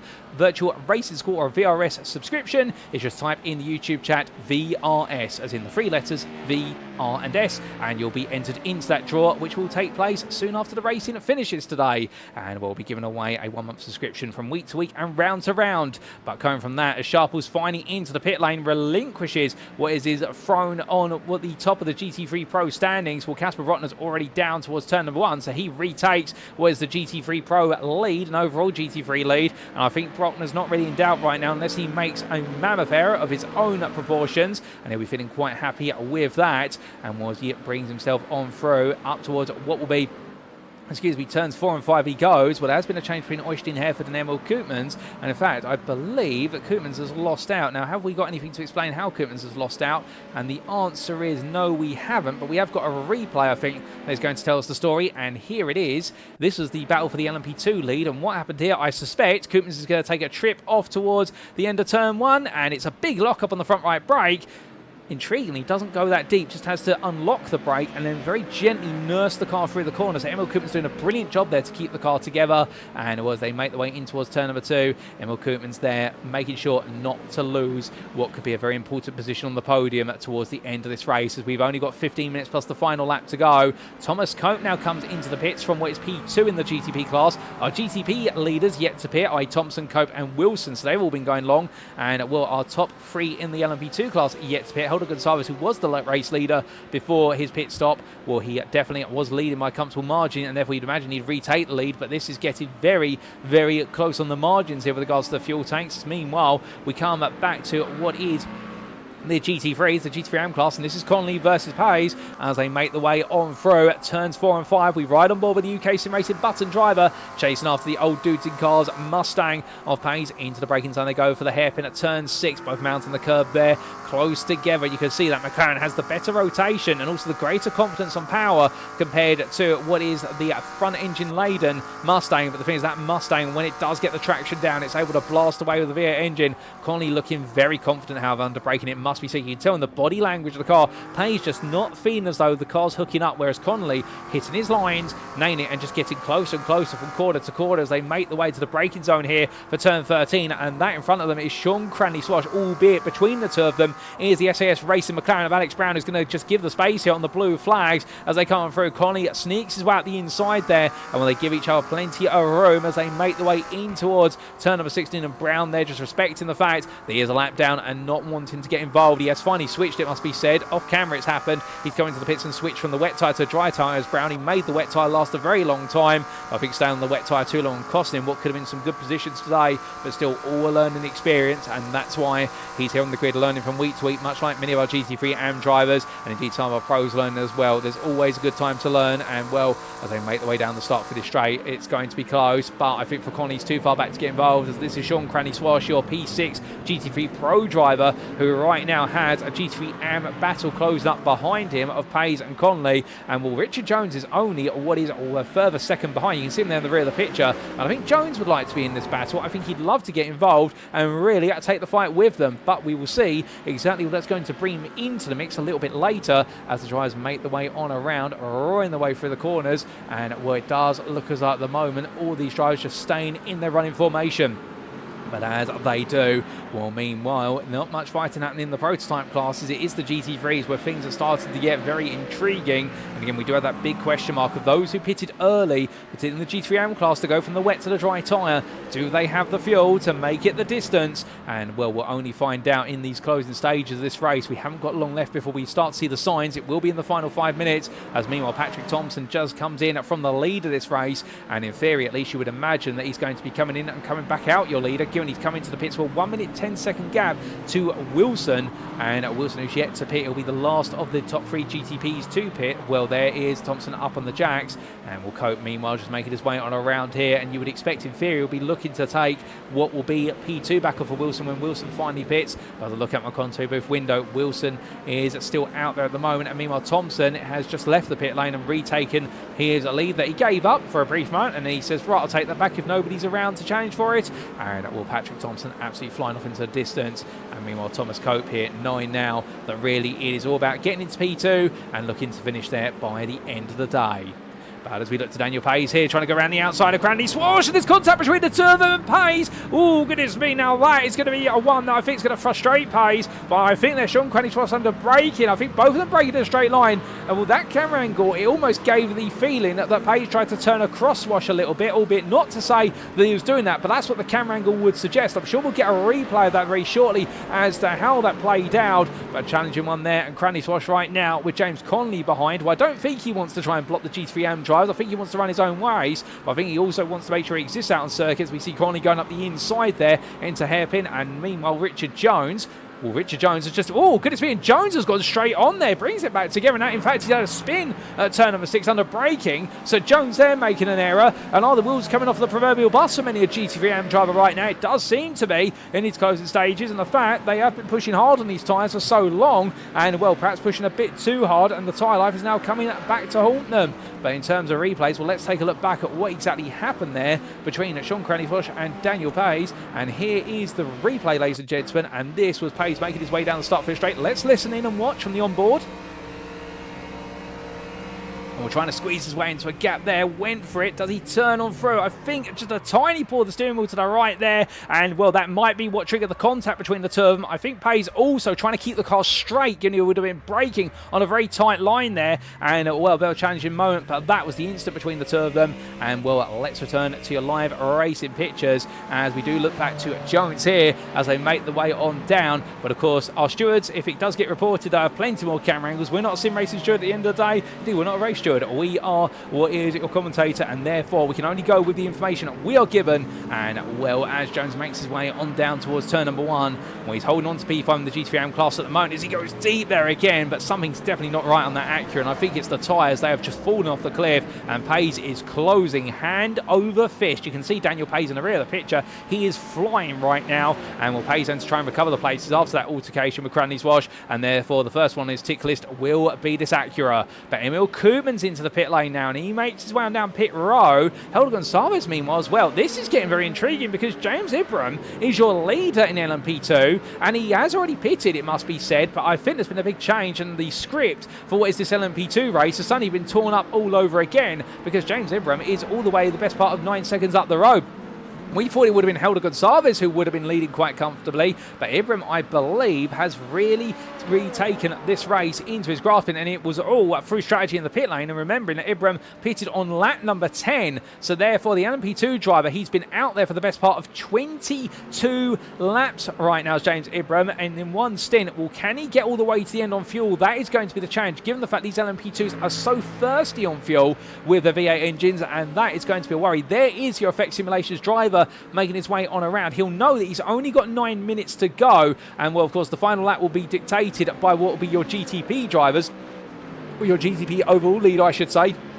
And James Ibram here will be trying to hold on, but there's no signs that he's backing off the pace right now, so therefore I get the feeling he feels confident he's got the fuel to get to the end, but this is going to be an absolute gargantuan stint in order to be able to get this done. But to be fair, when there's a will, there's a way, they say, and right now things are going the way of James Ibram, no questions asked, as he makes his way down the back stretch. But as he powers his way along, well, right now the LMP2 driver looking absolutely dialed in here as they roar the way onwards, and, well, Helder Gonçalves, meanwhile Øystein Herfjord, well, these two fight each other. Ibram at that lap of 35.613, not the best of laps he's done, it must be said, but he did have a personal best first sector. Meanwhile, Gonçalves, by comparison, what's it going to be here for the LMP2 driver as he hits that timeline? A 34.828. So is there still a spin in the tail here between Gonçalves, Ibram and Herfjord, in the fact that right now, with Øystein Herfjord close behind and Herfjord at 35.18, but with the toe there down the start finish straight, could we suddenly see a bit of a change of position between these drivers all the way way to the finish? Well, we will find out. It is looking as though it is getting very close and very tempting between all of them as they make the way on through in towards turns 4, 5 and up towards 6. But I'd imagine right now that Herford's only got his sights on Gonçalves. Meanwhile, Gonçalves will be hoping that he can break away from the Effect Simulations driver and chase down that victory. But the gap between what is Gonçalves and Ibrahim, it's not changing that often at the moment. It's staying stagnant, and that might be a sign of the fact that we have had traffic intervene. As you can see there, what was a run to the wet line for Gonçalves, even though he's on the dry tyres, he's struggling with tyre temperatures potentially. Well, if so, that's why he's going over the water. Of course, the downside of that is be in the fact that he will be cooling those tyres quite aggressively, and if he does try to do a major manoeuvre on what is wet tyres, we can imagine on a slick tyre trying to drive on a wet line, well, it's not going to work out. There's no grooves to displace the water, so the car's at risk of aquaplaning, albeit as they make the way on through next bend. Well, that is a very frustrating moment there if your name is Helder Gonçalves, being held up a little bit by the GT3 Pro leader, Casper Brotner, who's just minding his own business as he's entitled to. It's the faster class's responsibility to really find a way past the slower class, and as they make the way down the start-finish straight, Gonçalves then knowing that could have gone very differently through Panasonic corner, but he was able to get clear in time, and Øystein Herfjord looking at that, and I think keeping one eye open as to an opportunity to try and make a move. But as they make the way down towards turn number 1 in towards that braking zone, well, right now Herfjord too far behind to think about a move, but definitely I think trying to get the mental calculator out with regards to when he can potentially go for it. But speaking of going for things, and Jack Barker back up into P3 in the GT3 Pro class, despite what was a difficult first lap, and now trying to pick off what will be Rob Windsor. And just in front in the red UK Sim Racing machine, yes, you guessed it, that is Nathan Anstis, your second place GT3 Pro driver, and Casper Brotner, meanwhile, is in a world of his own at the front of the class. But the key point being here is in the fact that Barker could be chasing down another P2 here as he makes way towards the braking zone, so close to the back of Windsor, trying to literally leech off the slipstream. And I wonder if Barker is potentially right now feeling as though, okay, I can't quite get close enough this time, but I might be a little bit critical on fuel, and that's why he's hugging the back of Windsor's car, albeit he'll want to get past it sooner rather than later. The alternative would be that he'll try and get Windsor to pretty much trip over his fellow UK Sim Racing driver of Anstis by pushing Anstis a little bit forward in terms of pace, and practically sending the message through to the 96 driver, which is, look, we got to go faster if you want to keep this made for racing driver behind, because right now he's all over the back of me. But as they come down to the hairpin, well, they stay as they were, and this is the fight for what is the final podium spot of GT3 overall as well, with Matt Edmondson, your GT3 AM leader, the best part of 4 seconds up the road from all of this, and is absolutely just scrambling off into the distance. But hold up a second, that's Anstis going very slow. He's going to let Windsor go here. Well, this is intriguing. Here comes Barker looking up the inside, but can't get close enough to get involved. But Rob Windsor is released by Anstis unless they've been on the radio. And the team principal said, look, Nathan, Rob is faster. You've got to let him go. And, well, if so, well, Anstis right now is going to be battling hard with Barker all the way to the end with 5 minutes left on the clock. This battle for what is the run-up spot in the GT3 Pro class has suddenly taken a new dimension, an exciting one at that, as Barker's going to be all over the back of his rivals. They make the way up the hill. This is into Panasonic Bend they go. Barker intentionally goes deep here, fights with the steering wheel with a lot of understeer with the water, gets the power down, but now in the draft, the only problem is with this Acura, whilst it's got all the fancy electronics, it doesn't have the natural torque down start-finish straight, and there is the evidence. Anstis is into the pits. He hasn't got enough fuel, and we were wondering if drivers would fall foul of what is the fuel towards the end of the race, and there's the proof as Anstis creeps into the pit lane, and that is going to see his race suddenly come to an abrupt halt, and that is going to release Cy Anthony as well as Jack Barker up through it, and Cy Anthony now moves back into the podium places for GT3 Pro. I don't think he's going to quite believe this at this point, but surely we're not going to see more of this before the race is over, because if so, right now nobody is certain to finish this race as Anstis makes his way out the pit lane. It literally was a 6-second stationary stop. It is for the fuel to get to the end, and that is going to cost him dear. As here comes Darren Sharples. Sharples is going to move ahead of Anstis into P4 in GT3 Pro. Well, right now Anstis will drop to P5 in the class, and that is going to be heartbreak, and I think it's going to be an absolutely horrendous learning experience. And well, you've got to learn sometimes through the worst possible situations, and that's one of them. But from what is a change of strategy, meanwhile, to a change of battle in class, we ride on board and look down over the front here of the Effect Simulations Carbon Øystein Herfjord machine, the 907, and the Norwegian driver here in the tow of Helder Gonçalves. And well, these two are clear for the first time in some time. A little bit of spray there going down the start-finish straight. You'd think it's smoke coming out the back of that car. It's not. The Herfjord here, he sees the doors open. He's going to go for it, all in on the brakes. It's a big, big lunge, but the problem is there's not enough grip, and goes straight on into what is the runoff area there. And well, he adds his name to a list of drivers who's done that multiple times today as he brings himself back onto the circuit. And well, right intention, just not the right brake braking point, and Gonçalves playing that absolutely naturally, which is, yes, you can go on the inside. What you're also going to find is it's very, very wet on the inside into turn number 1, and that's the problem here. They have all been running on a dry tyre, a circuit that is cold in terms of the ambient temperature, so we are not seeing a shifting of what is the ambient water off the circuit. We're only seeing the water really being what is roasted off of, oh goodness me, that is going to be Herfjord going deep again, and that's where he's run wide once. It's called the tyres to drop temperature. Also the brakes have lost a bit of temperature as well. Add it all together, and Herfjord right now is struggling to bring it all together. He's back into P3 in the LMP2 class, but he's got to try and get this car to settle down once again, because otherwise he could keep running on. And Emil Koopmans is only 7 seconds back now. You'll see him there in the rear of the picture, making his way at the inside of Michael Myers at GT3 Porsche, and that will be for Herfjord right now a worry that can he just get to the end in P3 here, or has he bitten off more than he can chew with regards to those tyre temperatures. But I was saying, given how cold it is here today at Fuji, it does mean we are not seeing what is that latent water gradually being boiled or evaporated away, and indeed it's only the water on the racing line, with the track temperatures coming up on that racing line, where we are seeing the standing water very quickly go, or the water pattern shift and that dry line forming. But off that dry line right now, you are gambling with fate to try and battle on it, and it is making overtaking an absolute challenge across all 3 classes, but particularly in the LMP2s and GTPs, where they don't have ABS, and therefore it makes it harder on that dry tyre, where they need that tyre temperature as much as possible, and all what is the manual braking modulation comes down to a driver. But coming down to a driver who's been absolutely dominant form, this is none other than Patrik Thomsen, who makes his way onwards then towards what is turn number 3 for the final time today, with a minute left on the clock. And right now the Ferrari driver leading by 42 seconds. He is absolutely in control of this race, not looking back whatsoever, only looking forward. And you can imagine right now that for Patrik Thomsen, it is going to be a race where it is just being delivered lap after lap, corner after corner, and all he's got to do is get to the end of this lap and it will be there and all his for the taking.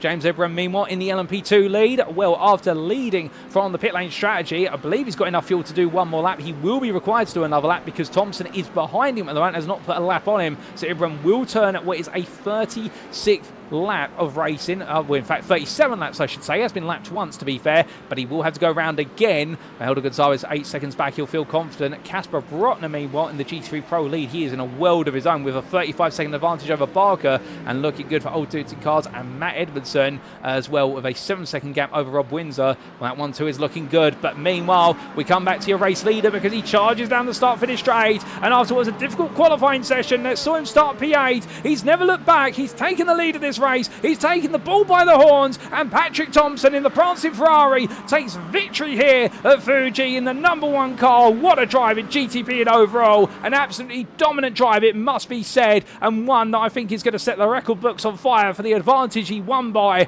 Meanwhile, in the GT3 Pro class, here comes your leader, Casper Brotner, who in his own right has been in a world of his own in that Ford Mustang. A brilliant pole lap, brilliant strategy, brilliant execution lap after lap, and he's your GT3 Pro winner here, and it will then be Matt Edmondson who will be your next winner to come on through for what will be his race win, albeit we've got to wait a bit of time. And between that, Thomas Cope makes it home to a P2 in the GTP class and another solid drive in the Olympus Esports Porsche 963. He wasn't on the pace of the winner, but he did have the consistency. Matt Edmondson, meanwhile, you can barely see him, but he's shaking the car from side to side because he's ecstatic. He's done it. He will take GT3 and victory here at Fuji in a brilliantly delivered drive despite some key mistakes, but he kept it together with his teammate Rob Windsor securing a 1-2 for UK Sim Racing in the GT3 AM class. It'll be Jack Barker just behind who finishes runner-up in the GT3 Pros, and meanwhile we've still got more drives to come on through, including James Foster, 3rd place at ECW Racing in the GT3 AM class. Another podium heads his way, and then it will be some time before we do see your winner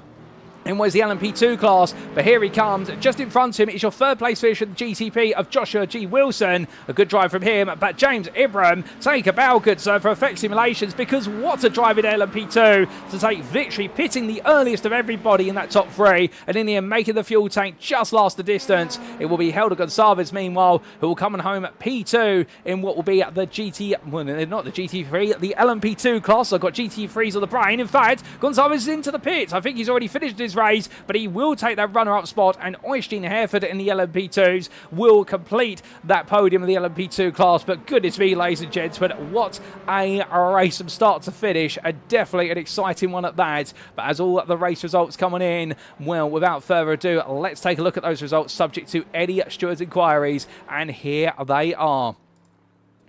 And as we can see, after what has been an absolutely tense race, as the race results do eventually come up on screen, and we do apologise for that, well, it is Patrik Thomsen, your winner in round number 2 of the championship, GTP and overall, versus his rivals of none other than what's Thomas Cope and Joshua G. Wilson. Patrik Thomsen for Williams Sim Racing Academy, absolutely in form and roaring clear of everybody around him. But then in what was P2, it was Olympus Esports' Thomas Cope with a solid drive there to the runner-up spot, and Joshua G. Wilson for Effect Simulations, who in the end delivered well to put the car on pole, but after that it just did not come its way, and a frustrating day today for Joshua Wilson in the fact that a pole position that was left to dry after the treacherous conditions of the open lap saw him fall down the order, and he never quite got it back.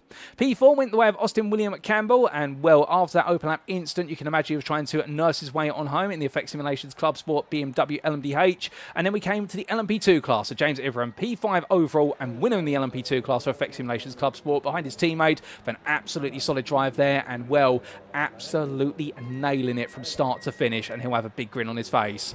Helder Gonçalves was run up in the LMP2 class there, P6 for Track 6 Racing, ahead of what was Øystein Herfjord for Effect Simulations Carbon, and well, in the end, a brilliant battle back and forth between them, and it was Gonçalves who managed to fend off the charge of Herfjord, with Herfjord in the end having multiple attempts at trying to make the move, but it was not to be.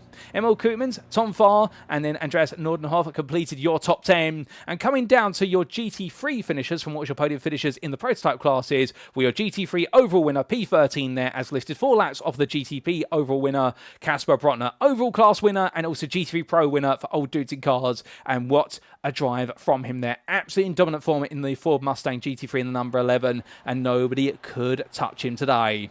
Matt Edmondson was your GT3 overall runner-up there, and a brilliant drive from the GT3 AM winner for UK Sim Racing Button, the 176 driver, getting it right on strategy himself, and what a challenge it was, but in the end, nailing it. And the same for Rob Windsor there, as UK Sim Racing celebrate a 1-2 in the GT3 AM class and the double overall GT3 podium, with the UK Sim Racing Irvine driving the sister team car, taking P3 on the overall GT3 podium and runner-up in GT3 AM. Jack Barker was your GT3 Pro runner-up there, P16 for Made for Racing, and give credit where it's due in the fact that it looked to be all in the barrier on the opening lap after that huge spin under braking into turn number 1, but Barker able to turn things around and point it back in the right direction quicker than most, with James Foster, your third place finisher in GT3 AM at P17 for DCW Racing, and then Cy Anthony, another solid drive there. After his victory at Portimão, we finishes on the podium again in the GT3 Pro class stay with that P18 overall for Dragon Razio. Top 20 was completed by Darren Sharples and Nathan Anstis, and we come on to the commiserations for our drivers who weren't able to make it to what was the checkered flag, and we did have the unfortunate retirements of Simon Bamber, Justus Stakiokas, James Acklam, Tom Weston, Zander Hill, Sam Sherwood, and Christian Maltrek. But special shout out to Darryl Norket, who had to spend a long time in the pit lane repairing the car, but finished 14 laps down in the end, and he finished under his own steam at that checker flag, and will the Racing Forces driver getting the car home after that lap 1 shunt. We'll then come on to the individual class finishing positions. And as we can see here, starting with the GTPs, Patrik Thomsen in absolutely runaway form there. Your Williams Sim Racing Academy winner by 41.8 seconds over Thomas Cope. And the Olympus Esports driver knowing that he's going to need to find a bit of a pace delta and bring it on down if he wants to take on Thomsen. Because right now, Thomsen does seem to be in a bit of a field of his own when it comes to nailing that race pace. But in qualifying pace, it was Joshua Wilson who had the pace there, but not in the race today. And the Effect Simulations driver rounding off the podium there in the Ferrari 499P, with further 4 seconds to Effect Simulation Club Sports Austin William Campbell, and it was 2 laps down to the finishers of Andreas Nordenhoff for Olympus Esports and the privateer of Amit Rajat Ghosh, both of them having challenging races, but still seeing that checker flag. It was 5 laps down to Empire Motorsports Nathan Foster, and 14 laps down to Racing Forces Darren Orkett. We were retirements of Zander Hill, Sam Sherwood, and Christian Maltrek. Then coming on to the LMP2 class.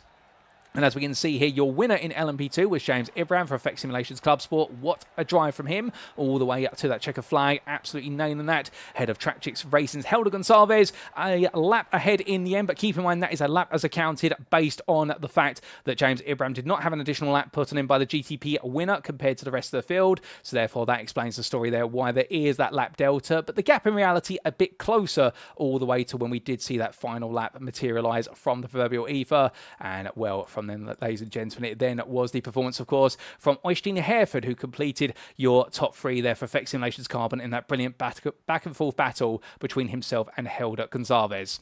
And then it was Emil Koopmans, P4 for Effect Simulations Club Sport, ahead of Tom Farr, the DDK Racing team driver, who at one point was looking extremely quick, it has to be said, but unfortunately that pace did not translate into a result at the close of the race. But still, he'll know there's still plenty to do out there, and he'll look to pick up the pieces in the next round of racing. With Ryan Walker 2 laps down the end, but seeing the checker flag for Altitude 3M Esports ahead of the retirees Simon Bamber, Justus Stakielkas, and James Acklam. And then coming on to the GT3 classes, starting with the GT3 Pro class, and we can see here Kasper Brotner for Old Dudes in Cars, your winner in the end by 35 seconds. What a drive from him, a ferocious drive, and will in the end absolutely delivering it from start to finish ahead of Jack Barker, who recovered extremely well. It was all in the wall into turn number 1, but it was out of the wall and back up to speed, and the made for race and accurate driver delivering a solid drive ahead of Cy Anthony for Dragon Orezio. Had a very quiet race, but to be fair, quiet races sometimes earn you podiums, and the Porsche driver doing exactly that. It was a further 16 seconds to Darren Sharples for Old Dudes in Cars, who had a bit of a difficult race but finished P4 ahead of Nathan Anstis, with the UK Sim Racing Irvine driver having a frustrating into his race by running out of fuel right at the close. And then Sean Cranny Swash lap down P6 for Ansi Sports ahead of Tom Weston, your sole retiree for DDK Racing Team. And then we come on to the GT3 AM class. Last but not least, we can see here Matt Edmondson was your winner for UK Sim Racing Button by 7.3 seconds over UK Sim Racing Irvine's Rob Windsor. And well, a 1-2 for the UK Sim Racing teams there, and a brilliant pair of drives from them, albeit with some mistakes in there as well, but they got it right in the battle of the GT3 class, which was essentially to go from the wet to the dry tyre at the right time. They got it right with James Foster there, P3 for DCW Racing, a further 3 seconds adrift, and it was a lap down to James Colley for UK Sim Racing Button and Richard Jones for SAS Racing, with both drivers there showing great promise midway through the race, but it couldn't quite come together. Steve Hughes was P6 for Anti Sports ahead of Simon Hartley, and it was Tinder Dienser, who normally goes fast at Fuji, but not today, unfortunately. A Fuji to forget, but ahead of Daniel Pays there for Old Dudes in Cars, and it was 2 laps down to both Michael Meyer and Alex Brown, with the Team LSR and SAS Racing drivers finishing off your GT3 AM finishers.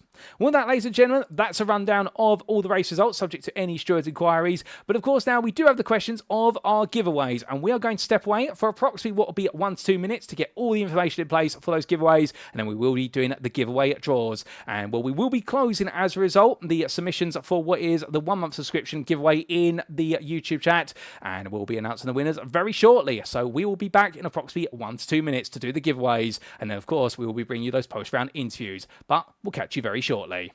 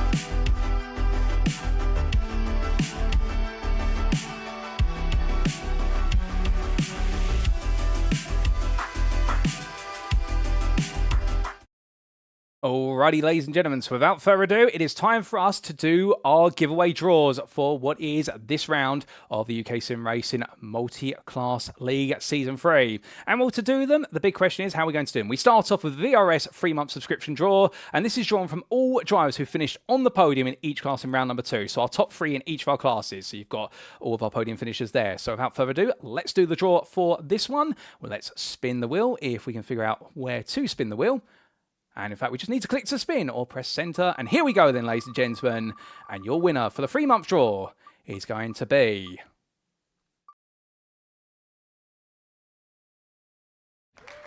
A huge congratulations to Helder Gonçalves, who will be taking on home a 3-month VRS subscription as a result of this result. But what it now means is we come on to the 2-month subscription draw. And well, Helder Gonçalves won the 3 months. That does immediately, unfortunately, rule him out of the running for the 2-month subscription draw. And this is for every driver who finished round number 2 of the championship and also did not, in round number 1, pick up any post-race stewarding penalties. So unfortunately, it does mean we have to remove 3 drivers from this list who did pick up penalties. And well, not to name a shame, but we have to do this live for transparency. That means Amrit Ghosh does be removed. Also Thomas Cope as a result of a stewarding penalty. Also Justus Stakielkas, who we just will find the name of on there. I do believe in fact that Stakielkas may have had what was a retirement from that race, so he may have made himself ineligible by default. And also Christian Maltrek. We are just double checking that once again very quickly, ladies and gentlemen, and we will confirm that information in what will be a very brief moment. And in fact, we can confirm that both Stakielkas and also Christian Maltrek had to retire from the race, so therefore they will not be eligible. So therefore we do have all of our names on here, and let's do the draw for the 2-month VRS subscription.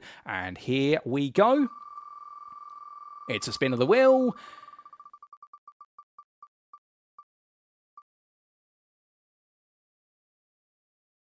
And congratulations to Joshua G. Wilson, who will be taking on home the 2-month what is virtual racing score subscription. And then last but not least, we do have what is the giveaway for the 1 month for just being in the YouTube chat and type in VRS. And well, ladies and gentlemen, we only have one driver, or one entrant, I should say, in the YouTube chat. And it was Alex Brown, who will be taking home that reward because he was the only one in the end who typed VRS in the YouTube chat. So congratulations to Alex Brown. You've won the 1 month giveaway as well. And all those prizes will be handed out using the official UK Sim Racing Discord. And if you're not a part of it, well, we definitely recommend you join it, and we'll tell you a bit more about that later. So that means, ladies and gents, we've done all of our giveaways for this week, and we'll be doing plenty more in what will be the round number 3 of the championship in a week's time. But we're now going to take a moment to step away and get ready for our post-round interviews, and they'll be coming up in approximately 5 minutes' time. We will see you very shortly.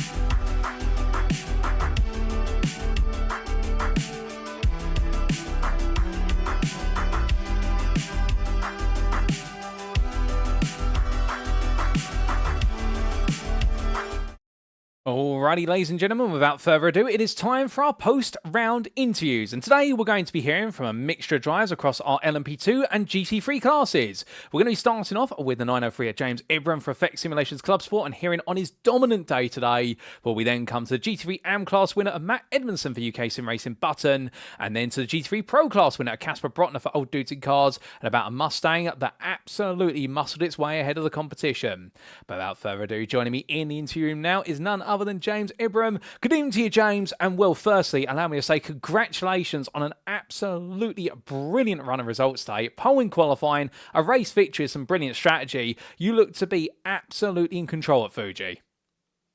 Paul, yeah, it was a good race actually. It was better than I was expecting, and thankfully, I can't remember his name. Consalva's behind me, Helder. He started on wet on the dries, so he was quite slow to begin with, and he held people up and allowed me to build quite a big gap early on, and allowed me to really control it. His strategy was good because eventually those dries came too, but I had a bit of time in hand to choose exactly when I wanted to box to make sure I wouldn't run out of fuel at the end. Well, it all came down to strategy and tyre choice, like you say, and we'll talk a little bit more about the race shortly, but let's start off with qualifying. An absolutely brilliant pole lap over the distance, and it was looking close in class throughout the entirety of the qualifying session. But I have to ask, where did you find yourself in qualifying? Because we've had a similar situation, much like at Portimão, a circuit that's wet, but there's no rain falling. The lap times are getting faster and faster the more heat you pump into the tyres, so it already came down to the final lap, I suspect. Actually, no, I set my fastest lap on my first flying lap, and I think the tyres really were peak at the second lap, and I didn't quite manage to hook up a lap on that. I managed to go too deep into the sort of hairpin in the middle of the lap, turn 6, and I lost lap time, so I gave up and tried to cool the tyres back down, but they never really came back, so I probably had another like 4 or 5 tenths in it, but I'm glad that my first flying lap was enough to just secure pole. So.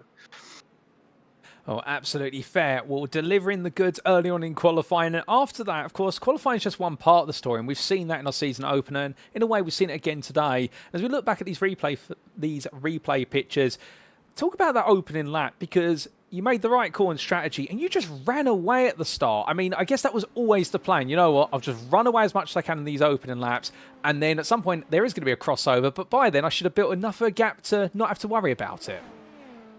Yeah, so I kept an eye on anyone who was on dry tyres, and just when I saw Helder just start reeling people in and getting in clean air, I thought, okay, this is probably the time. I just needed to know for certain that I'd be able to fuel the tank up to full, because that was the limiting factor. Is if I stopped, it wasn't really the tyres. I knew the tyres would take their time, and that was going to be the length of the pit stop regardless. But I needed to know that if I filled the tank up to full, would it get me to the end? And that was just the decision of why it took so long to then decide to box. But I probably could have boxed about 2 laps earlier, but in the end it didn't really matter. I knew I had comfortable pace, and my strategy was, as soon as Helder caught me and was guaranteed to pass, that's when I'd box and change to the dries. Well, a sensible call there, no doubt about it. And with regards to that transition, I mean, you're having to balance the amount of fuel. Also, I can imagine there's a factor of, okay, this circuit is drying, but if you go off racing line, it's going to prove to be a very slippery circuit. And also, you just actually got to try and find some space out in the circuit when you come out the pits to pump in the tyre heat. What helped you decide, or was the biggest factor in deciding, right, this is when I am going to pit? Well, as I said, it was pretty much as soon as Helder was on me. That was always going to be the deciding factor there. In terms of the drying track, honestly, I should have probably pitted about 2 laps earlier than I did, maybe even 3. But I wasn't convinced on fuel, so that was the main factor. And then getting the tyres up to temperature, I really babied them in.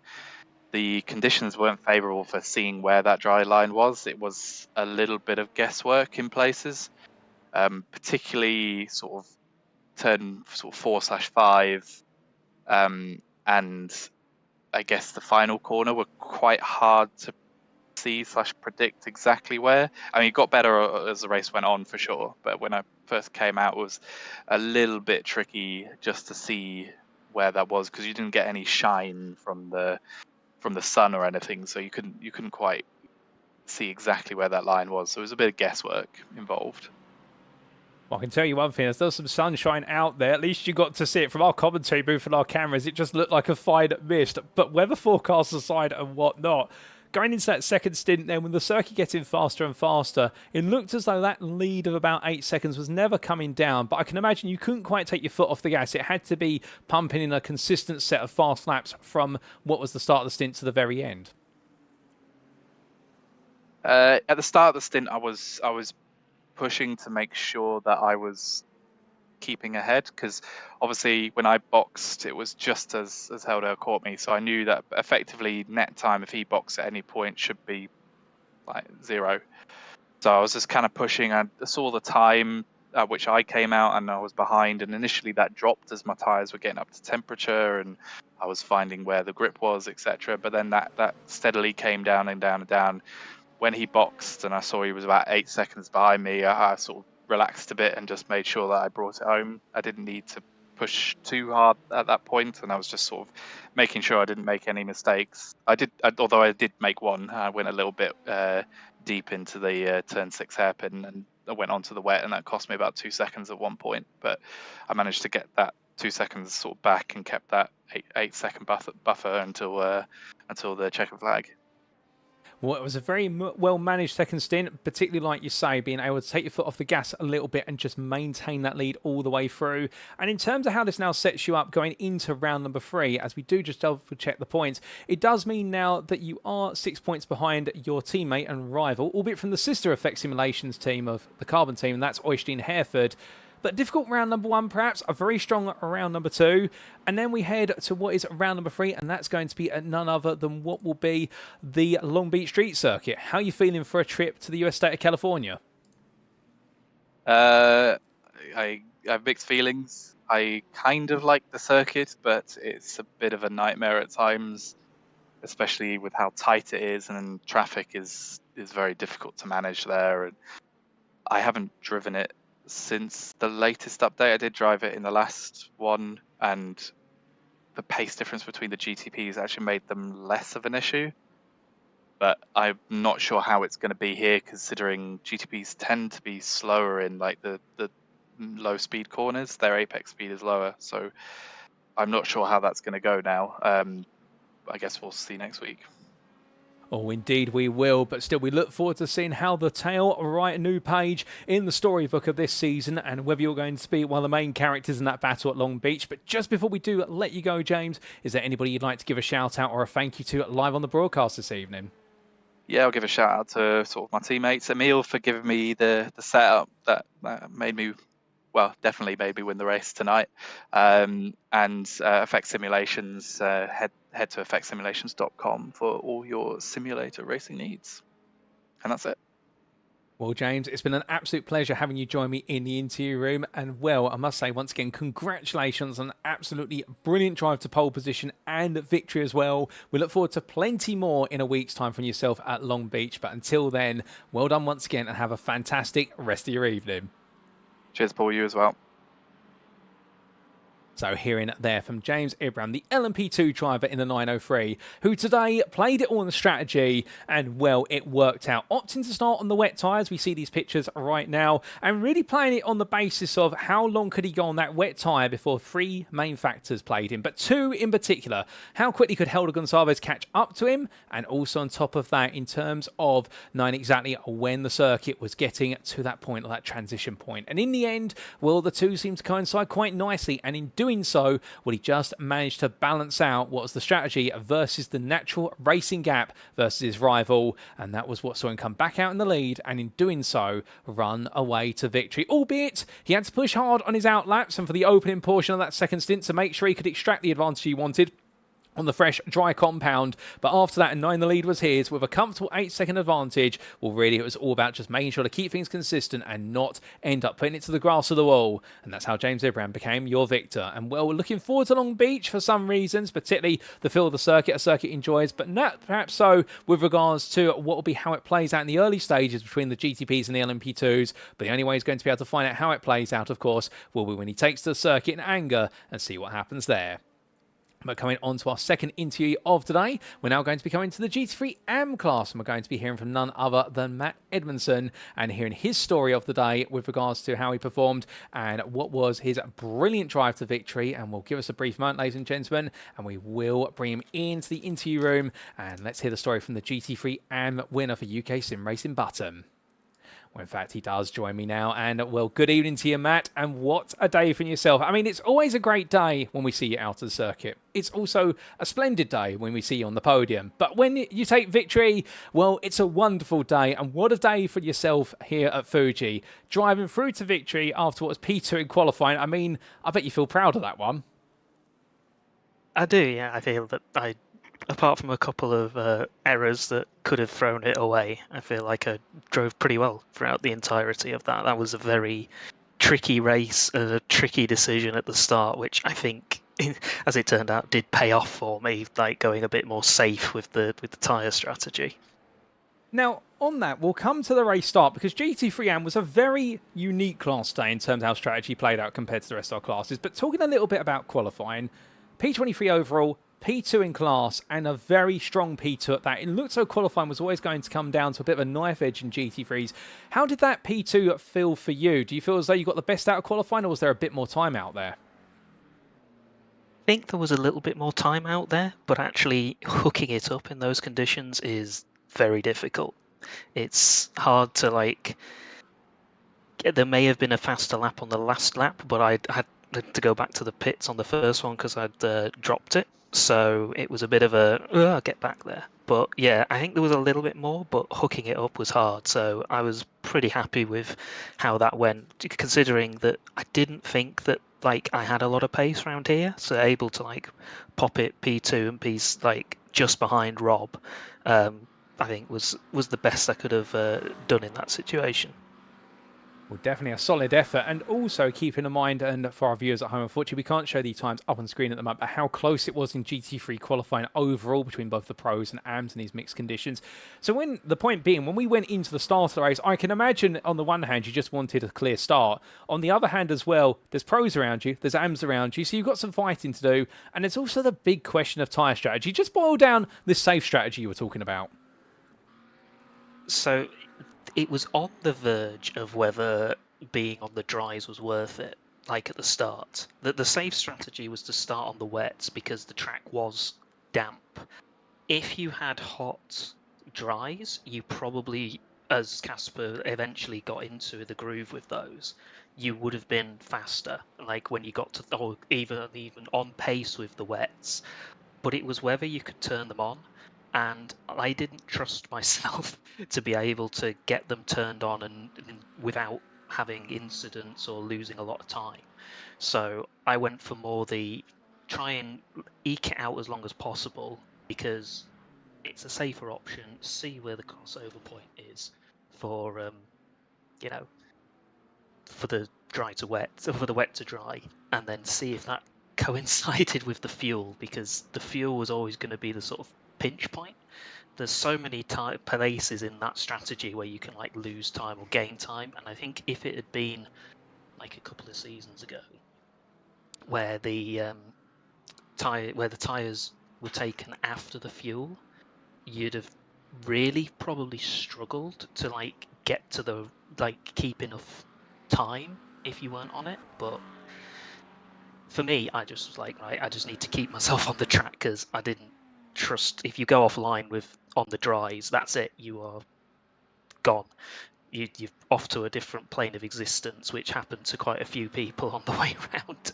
So I think for me, I was able to, especially because realistically, I was only looking at the rest of the AMs, and I think the only AM driver, I think there was two AMs actually that put themselves on dries at the start, which was Pays and Satinder, and as we can see from what happened quite early on, it didn't quite work out for them. So I think for me, it was a better strategy. Oh, most definitely. And that brings us nicely to the point that in GT3 AM, like you say, the majority of your peers and yourself all going for the wet tyres, where in the other classes, GT3 Pro, GTP and also LMP2, there was about a 50-50 split or a leaning towards what was the dry tyre, but that risk, like you say, of you drive off of the racing line or the wetter line and immediately it's going to come back to bite you. And also appreciate your thoughts there on what was the balancing of the fuel versus the tyre life crossover. But keeping all the strategy aside, sometimes you've got to do it on circuit, and there were some moments where it did look a little bit nervous. Particularly, we had one moment from yourself coming up into turns 14 and 15, where you have a bit of a moment, and then your sister team car in the hands of Rob Windsor pretty much follows you off in a similar fashion, and you end up both fighting for the GT3 AM lead. Yeah, that was it was a classic where there was GTP that came up the inside, and I just went a little bit too far wide, touched the white line, and once you've done that in these conditions, that's it. You are round. I was lucky not to go fully round, so I could at least come back on side by side with Rob. And I think I got lucky because we was on the dries, and I managed to keep the inside line going into the final corner. That sort of forced Rob a bit wider, which then meant that he would then aquaplane off the circuit, because as soon as you touched that, that was it. I had a similar moment later on where I can't remember which. I think it was the long sweeping right down the hill, where again a prototype sort of came up the inside. I went slightly offline, and the car just was like, right, we're not turning anymore. So traffic management and things sort of was, I think, a lot more important in the wet, because as soon as you lose the line going into any corners, you're going to lose so much more time than in the dry. Well, getting through that situation and also managing staying on the right line all the way through to the end. Come the checkered flag, you brought home an absolutely brilliant victory, and also not just a victory in class, but also second place overall of the GT3s. An absolutely brilliant drive. I mean, it's a challenging accolade alone to get a class win, but to also be on the overall podium for the GT3s, it must feel like a very special day for yourself. I didn't think it was real, but yeah, it certainly. I think like it helped that talking to people like Sai afterwards, like the really quick guys in pro, like other than Casper, had issues with the tyres at the start and then would have got swallowed into the rest of the pack. Whereas like looking at how Casper dealt with it, like he managed to keep it in a window where as soon as there was a dry line, you saw he was like 2, 3, 5 seconds faster than anybody else on the track. So yeah, that absolutely like worked wonders. I think it was when you get sort of races like this where the strategy is kind of really important. I think those are the ones that I enjoy the most, just because like pace has to be there, but at the same time you've got to sort of have that in the back of your mind. And you saw with like some people like Nathan, who pitted like 5 laps earlier than me, like didn't have enough fuel. I only had a litre of fuel left at the end, and I'd done a little bit of saving throughout that second stint to make sure I had that. So like it was very much deciding what was the right strategy for you in that. Well, you played absolutely right in and brought home victory, your first of the season. And after a difficult day at Portimão and now a brilliant day here at Fuji, we're expecting it perhaps to be a bit drier at the Long Beach Street Circuit in the United States of America. But how are you feeling going into round number 3? Going to be an interesting one. Like I do enjoy driving Long Beach, but in multi-class, it's going to be absolutely hectic, and it's not easy to overtake. So it's going to be an interesting one, I think. It's going to come down again to traffic management and strategy. So as long as it's dry, because I'd like to dry out a bit after the last 2 weeks, I think like it should be a good race. Well, we definitely look forward to that, and also looking forward to seeing what you can do in the street circuit. But just before we do let you go, Matt, is there anybody you'd like to give a shout out or a thank you to live on the broadcast this evening? Just thank you to all the guys in the UKSR teams that are just working together and doing well in everything. Big shout out to Nathan as well, because he took part in the MS UK GT League recently with in the UKSR banner. Did really well in that. just shout out to all the admins that work on this, the stewards, yourself for the broadcast, and I want to give a big shout to Casper because he absolutely nailed today, and like he was the by far the best driver today. Well, Matt, it's been an absolute pleasure to have you join me in the interview room, and thank you for setting me up in a way to moving on to our next interviewee shortly. But just as we do let you go, congratulations on a brilliant drive to victory in the GT3 AM class, and we look forward to plenty more from yourself in a week's time. Well, here and there from Matt Edmondson, ladies and gentlemen, and well, very quickly I've vacated the interview room. I think he knows that he's pretty much set us up perfectly to our next interviewee. But before we do, Matt, they're talking about the strategic gamble and playing it safe. So whereas James Ibrahim perhaps played it his way, Matt did it a different way, and the UK Sim Racing button driver absolutely nailing driving in the wet. And well, some mistakes were in there, but making sure not to let those mistakes become too punishing. And that's why he was able to come away victorious in an absolutely solid drive. And unable to believe it, but he definitely should believe it after tonight, because it is a huge points injection, an early juncture in the championship, and one I think he's going to be very happy with. But now, ladies and gentlemen, coming on to your final interview. Well, Matt Edmondson couldn't have done it better to set him up. But we're going to be hearing from Casper Brotner as he joins me now in the interview room. Good evening to you, Casper. And firstly, Casper, I have to say, what a dominant drive in the GT3 Pro class. I mean, pole position in qualifying, victory by 35 seconds in the race. You absolutely nailed it. But I've got to ask, how does it feel for you? Oh, it feels fine. I'm very happy for the result tonight, and I'm very surprised, actually. I didn't expect that to be the case. I've been doing some practice over the week in the dry conditions, so this wet track was a bit of a surprise for me. Yeah, but I'm very happy for the result tonight. Absolutely, yeah. Well, you should definitely be, given the fact on pole position in class and overall the GT3s by almost 4 tenths. I mean, we know that Mustang's got a lot of grunt down the straights, but it was more than just the straights here. I mean, what's the magic you've been able to bring together in that Mustang? Are there any secrets you can tell us? No, I don't think so. It's not that I won't tell secrets as such, but I think I drove the McLaren the last couple of seasons and would like to try something new, and I've never driven the Mustang before, so I thought it sounds good, and I tried it out, and I think it feels good. It's for my driving style, I think, at least in these conditions. Now we have had 2 wet races in a row, so yeah, maybe we should continue with the wet, even though I actually hate it.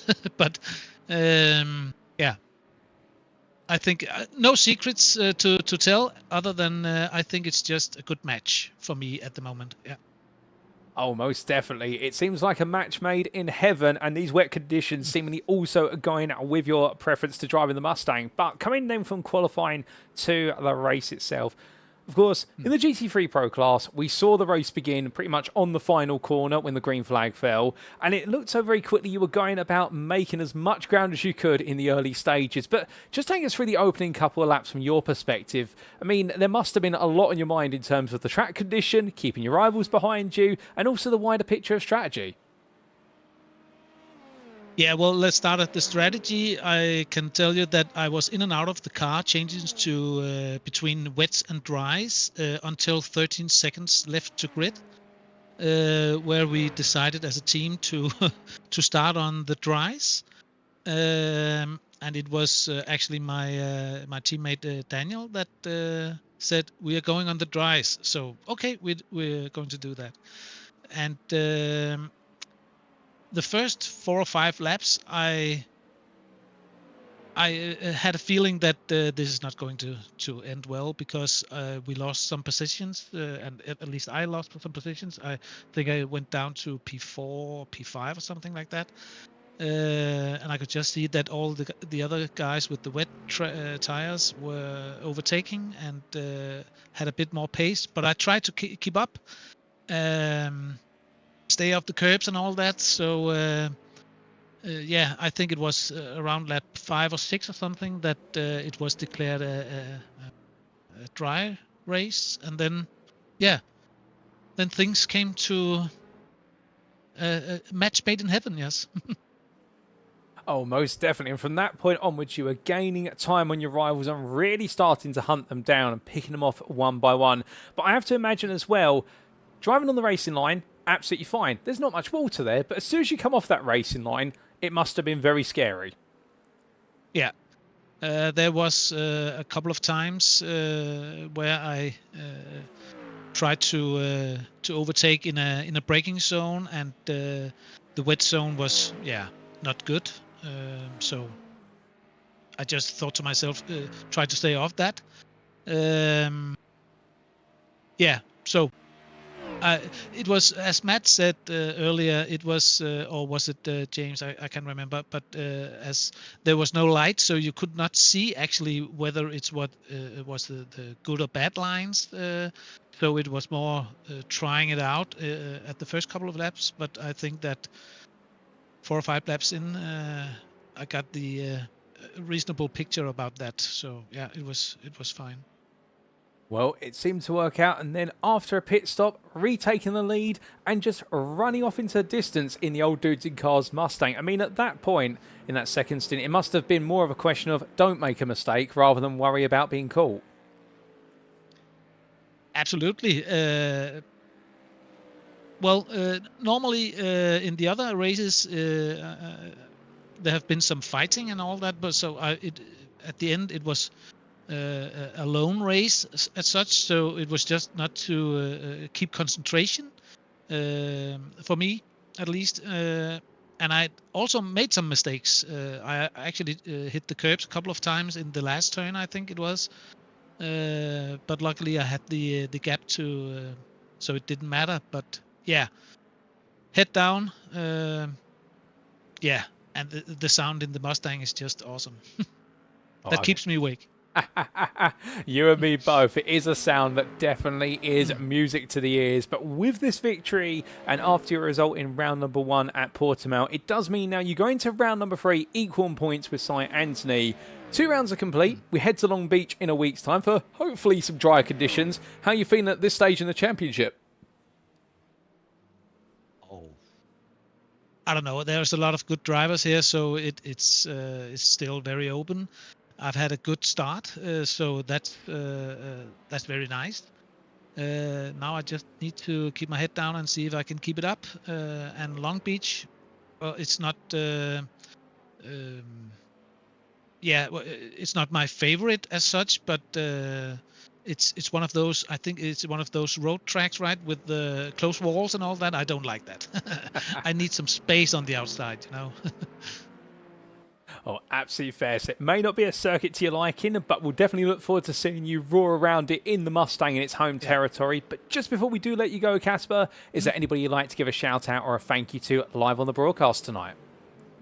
Yeah, for my teammates, Daniel Pace and Darren Sharples, for helping with the setups and technical stuff and all that. I'm just an old dude in a car, so I try to keep up. And then last also for actually the fine words from Matt earlier in the interview. That was very nice of him. Thank you. Well, we should say a big thank you to yourself, Casper, not just for your brilliant performance today, but also joining me in the interview to tell us all about it. But it's been an absolute pleasure having you here. Congratulations once again, and we look forward to seeing you out of the circuit in a week's time at Long Beach. Me too. Thank you, Paul.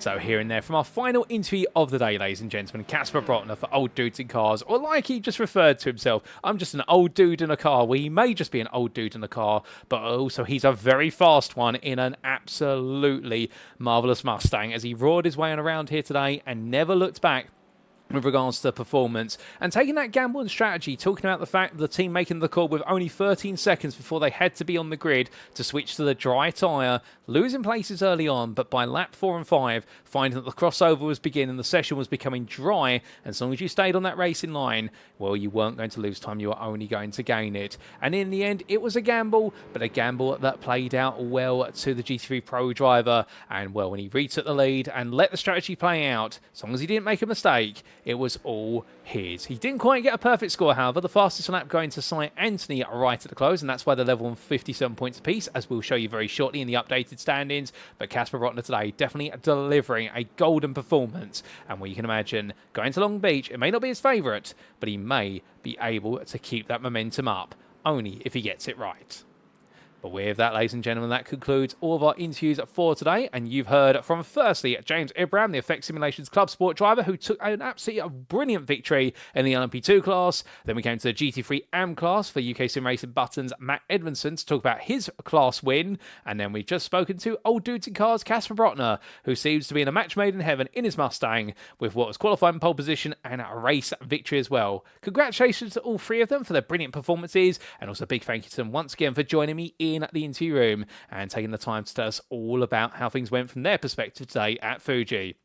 With that, ladies and gentlemen, well, of course, now we have the big question, how do the standings stand after 2 rounds? And well, these are provisional going out of round number 2. Of course, no stewarding verdicts from round 2 so far, but what we can see, starting with the GTP class, Patrik Thomsen is now carving the way up front with 61 points to the 54 of Thomas Cope, with what was that brilliant drive to victory today, and also taking the 30 points from round number 1. Meanwhile, Thomas Cope with a 4-point deduction after round 1, and also at second place today at Fuji. We know he's got to play a little bit of a game of a catch-up if he wants to get closer to Thomsen, who seems to be, right now at least, the fastest man out on circuit so long as strategy comes to him.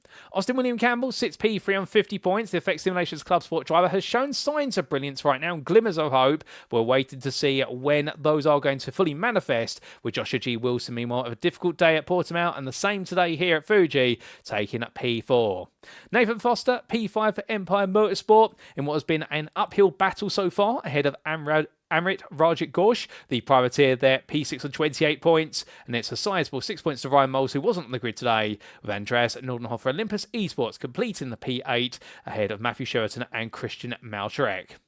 Meanwhile, looking on to then what is the LMP2 class, and here we can see Øystein Herfjord leads the way for Effect Simulations Carbon by 6 points over his sister team rival Effect Simulations Club Sports James Ibrahim, but the momentum is swinging back and forth between these two, and can Herford hold on, or will it be Ibrahim who starts to break his way into the lead, given the fact he's only got between him a single point to the likes of Tom Farr and Helder Gonçalves, the DDK Racing Team and Tractics Racing drivers respectively, showing a lot of pace early on today, but knowing there are going to be challenges up the road, and therefore this top 4 is very close indeed, and don't let the 7-point gap between the 4 of them deceive you.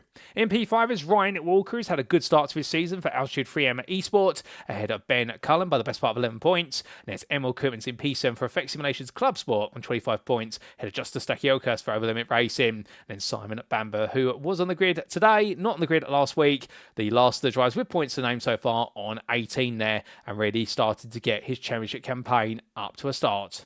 We then come to the GT3 Pro class, and it is at 57 points apiece between Cy Anthony and Casper Brotner, both on a single win so far, and therefore it's getting close between the two of them. The Dragon Razio driver just ahead based on result count versus the Old Dudes in Cars driver, and Jack Barker only a point behind. But one thing to note about Barker is the Made for Racing driver has had back-to-back second-place finishes, and both in very challenging conditions. He's proven himself to be very formidable, and if we are to see more changeable conditions as the season goes on, Barker surely will be seeing a win come his way sooner rather than later. Nathan Anstis sits in P4.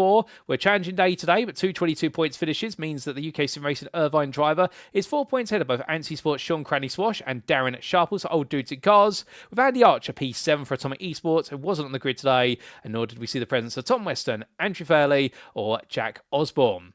We then come on to the GT3 AM class, last but by no means least, and we can see here Rob Windsor for UK Sim Racing Irvine is starting to carve out a little bit of a lead by 8 points after a win in round number 1 and a second place in round number 2, ahead of James Foster for DCW Racing, who missed out in round 1 due to an error towards the end of the race, and in round 2 today the strategy did not quite come his way, but don't count him out. Nor Steve Hughes and James Conley, both on 48 points apiece. Richard Jones, meanwhile, from the Ansi Sports and UK Sim Racing Button drivers to the SAS Racing driver, finds himself today in a bit of a middling situation. It didn't quite click together compared to what was Portimão, where a spin cost him the win. And then Matt Edmondson, meanwhile, has suddenly leapt his way into P6 for UK Sim Racing Button with a magical performance. So therefore, it's the top 6 right now, where the swing might be 17 points from P1 through to P6, but it is very close between all of them, and it could change from round to round.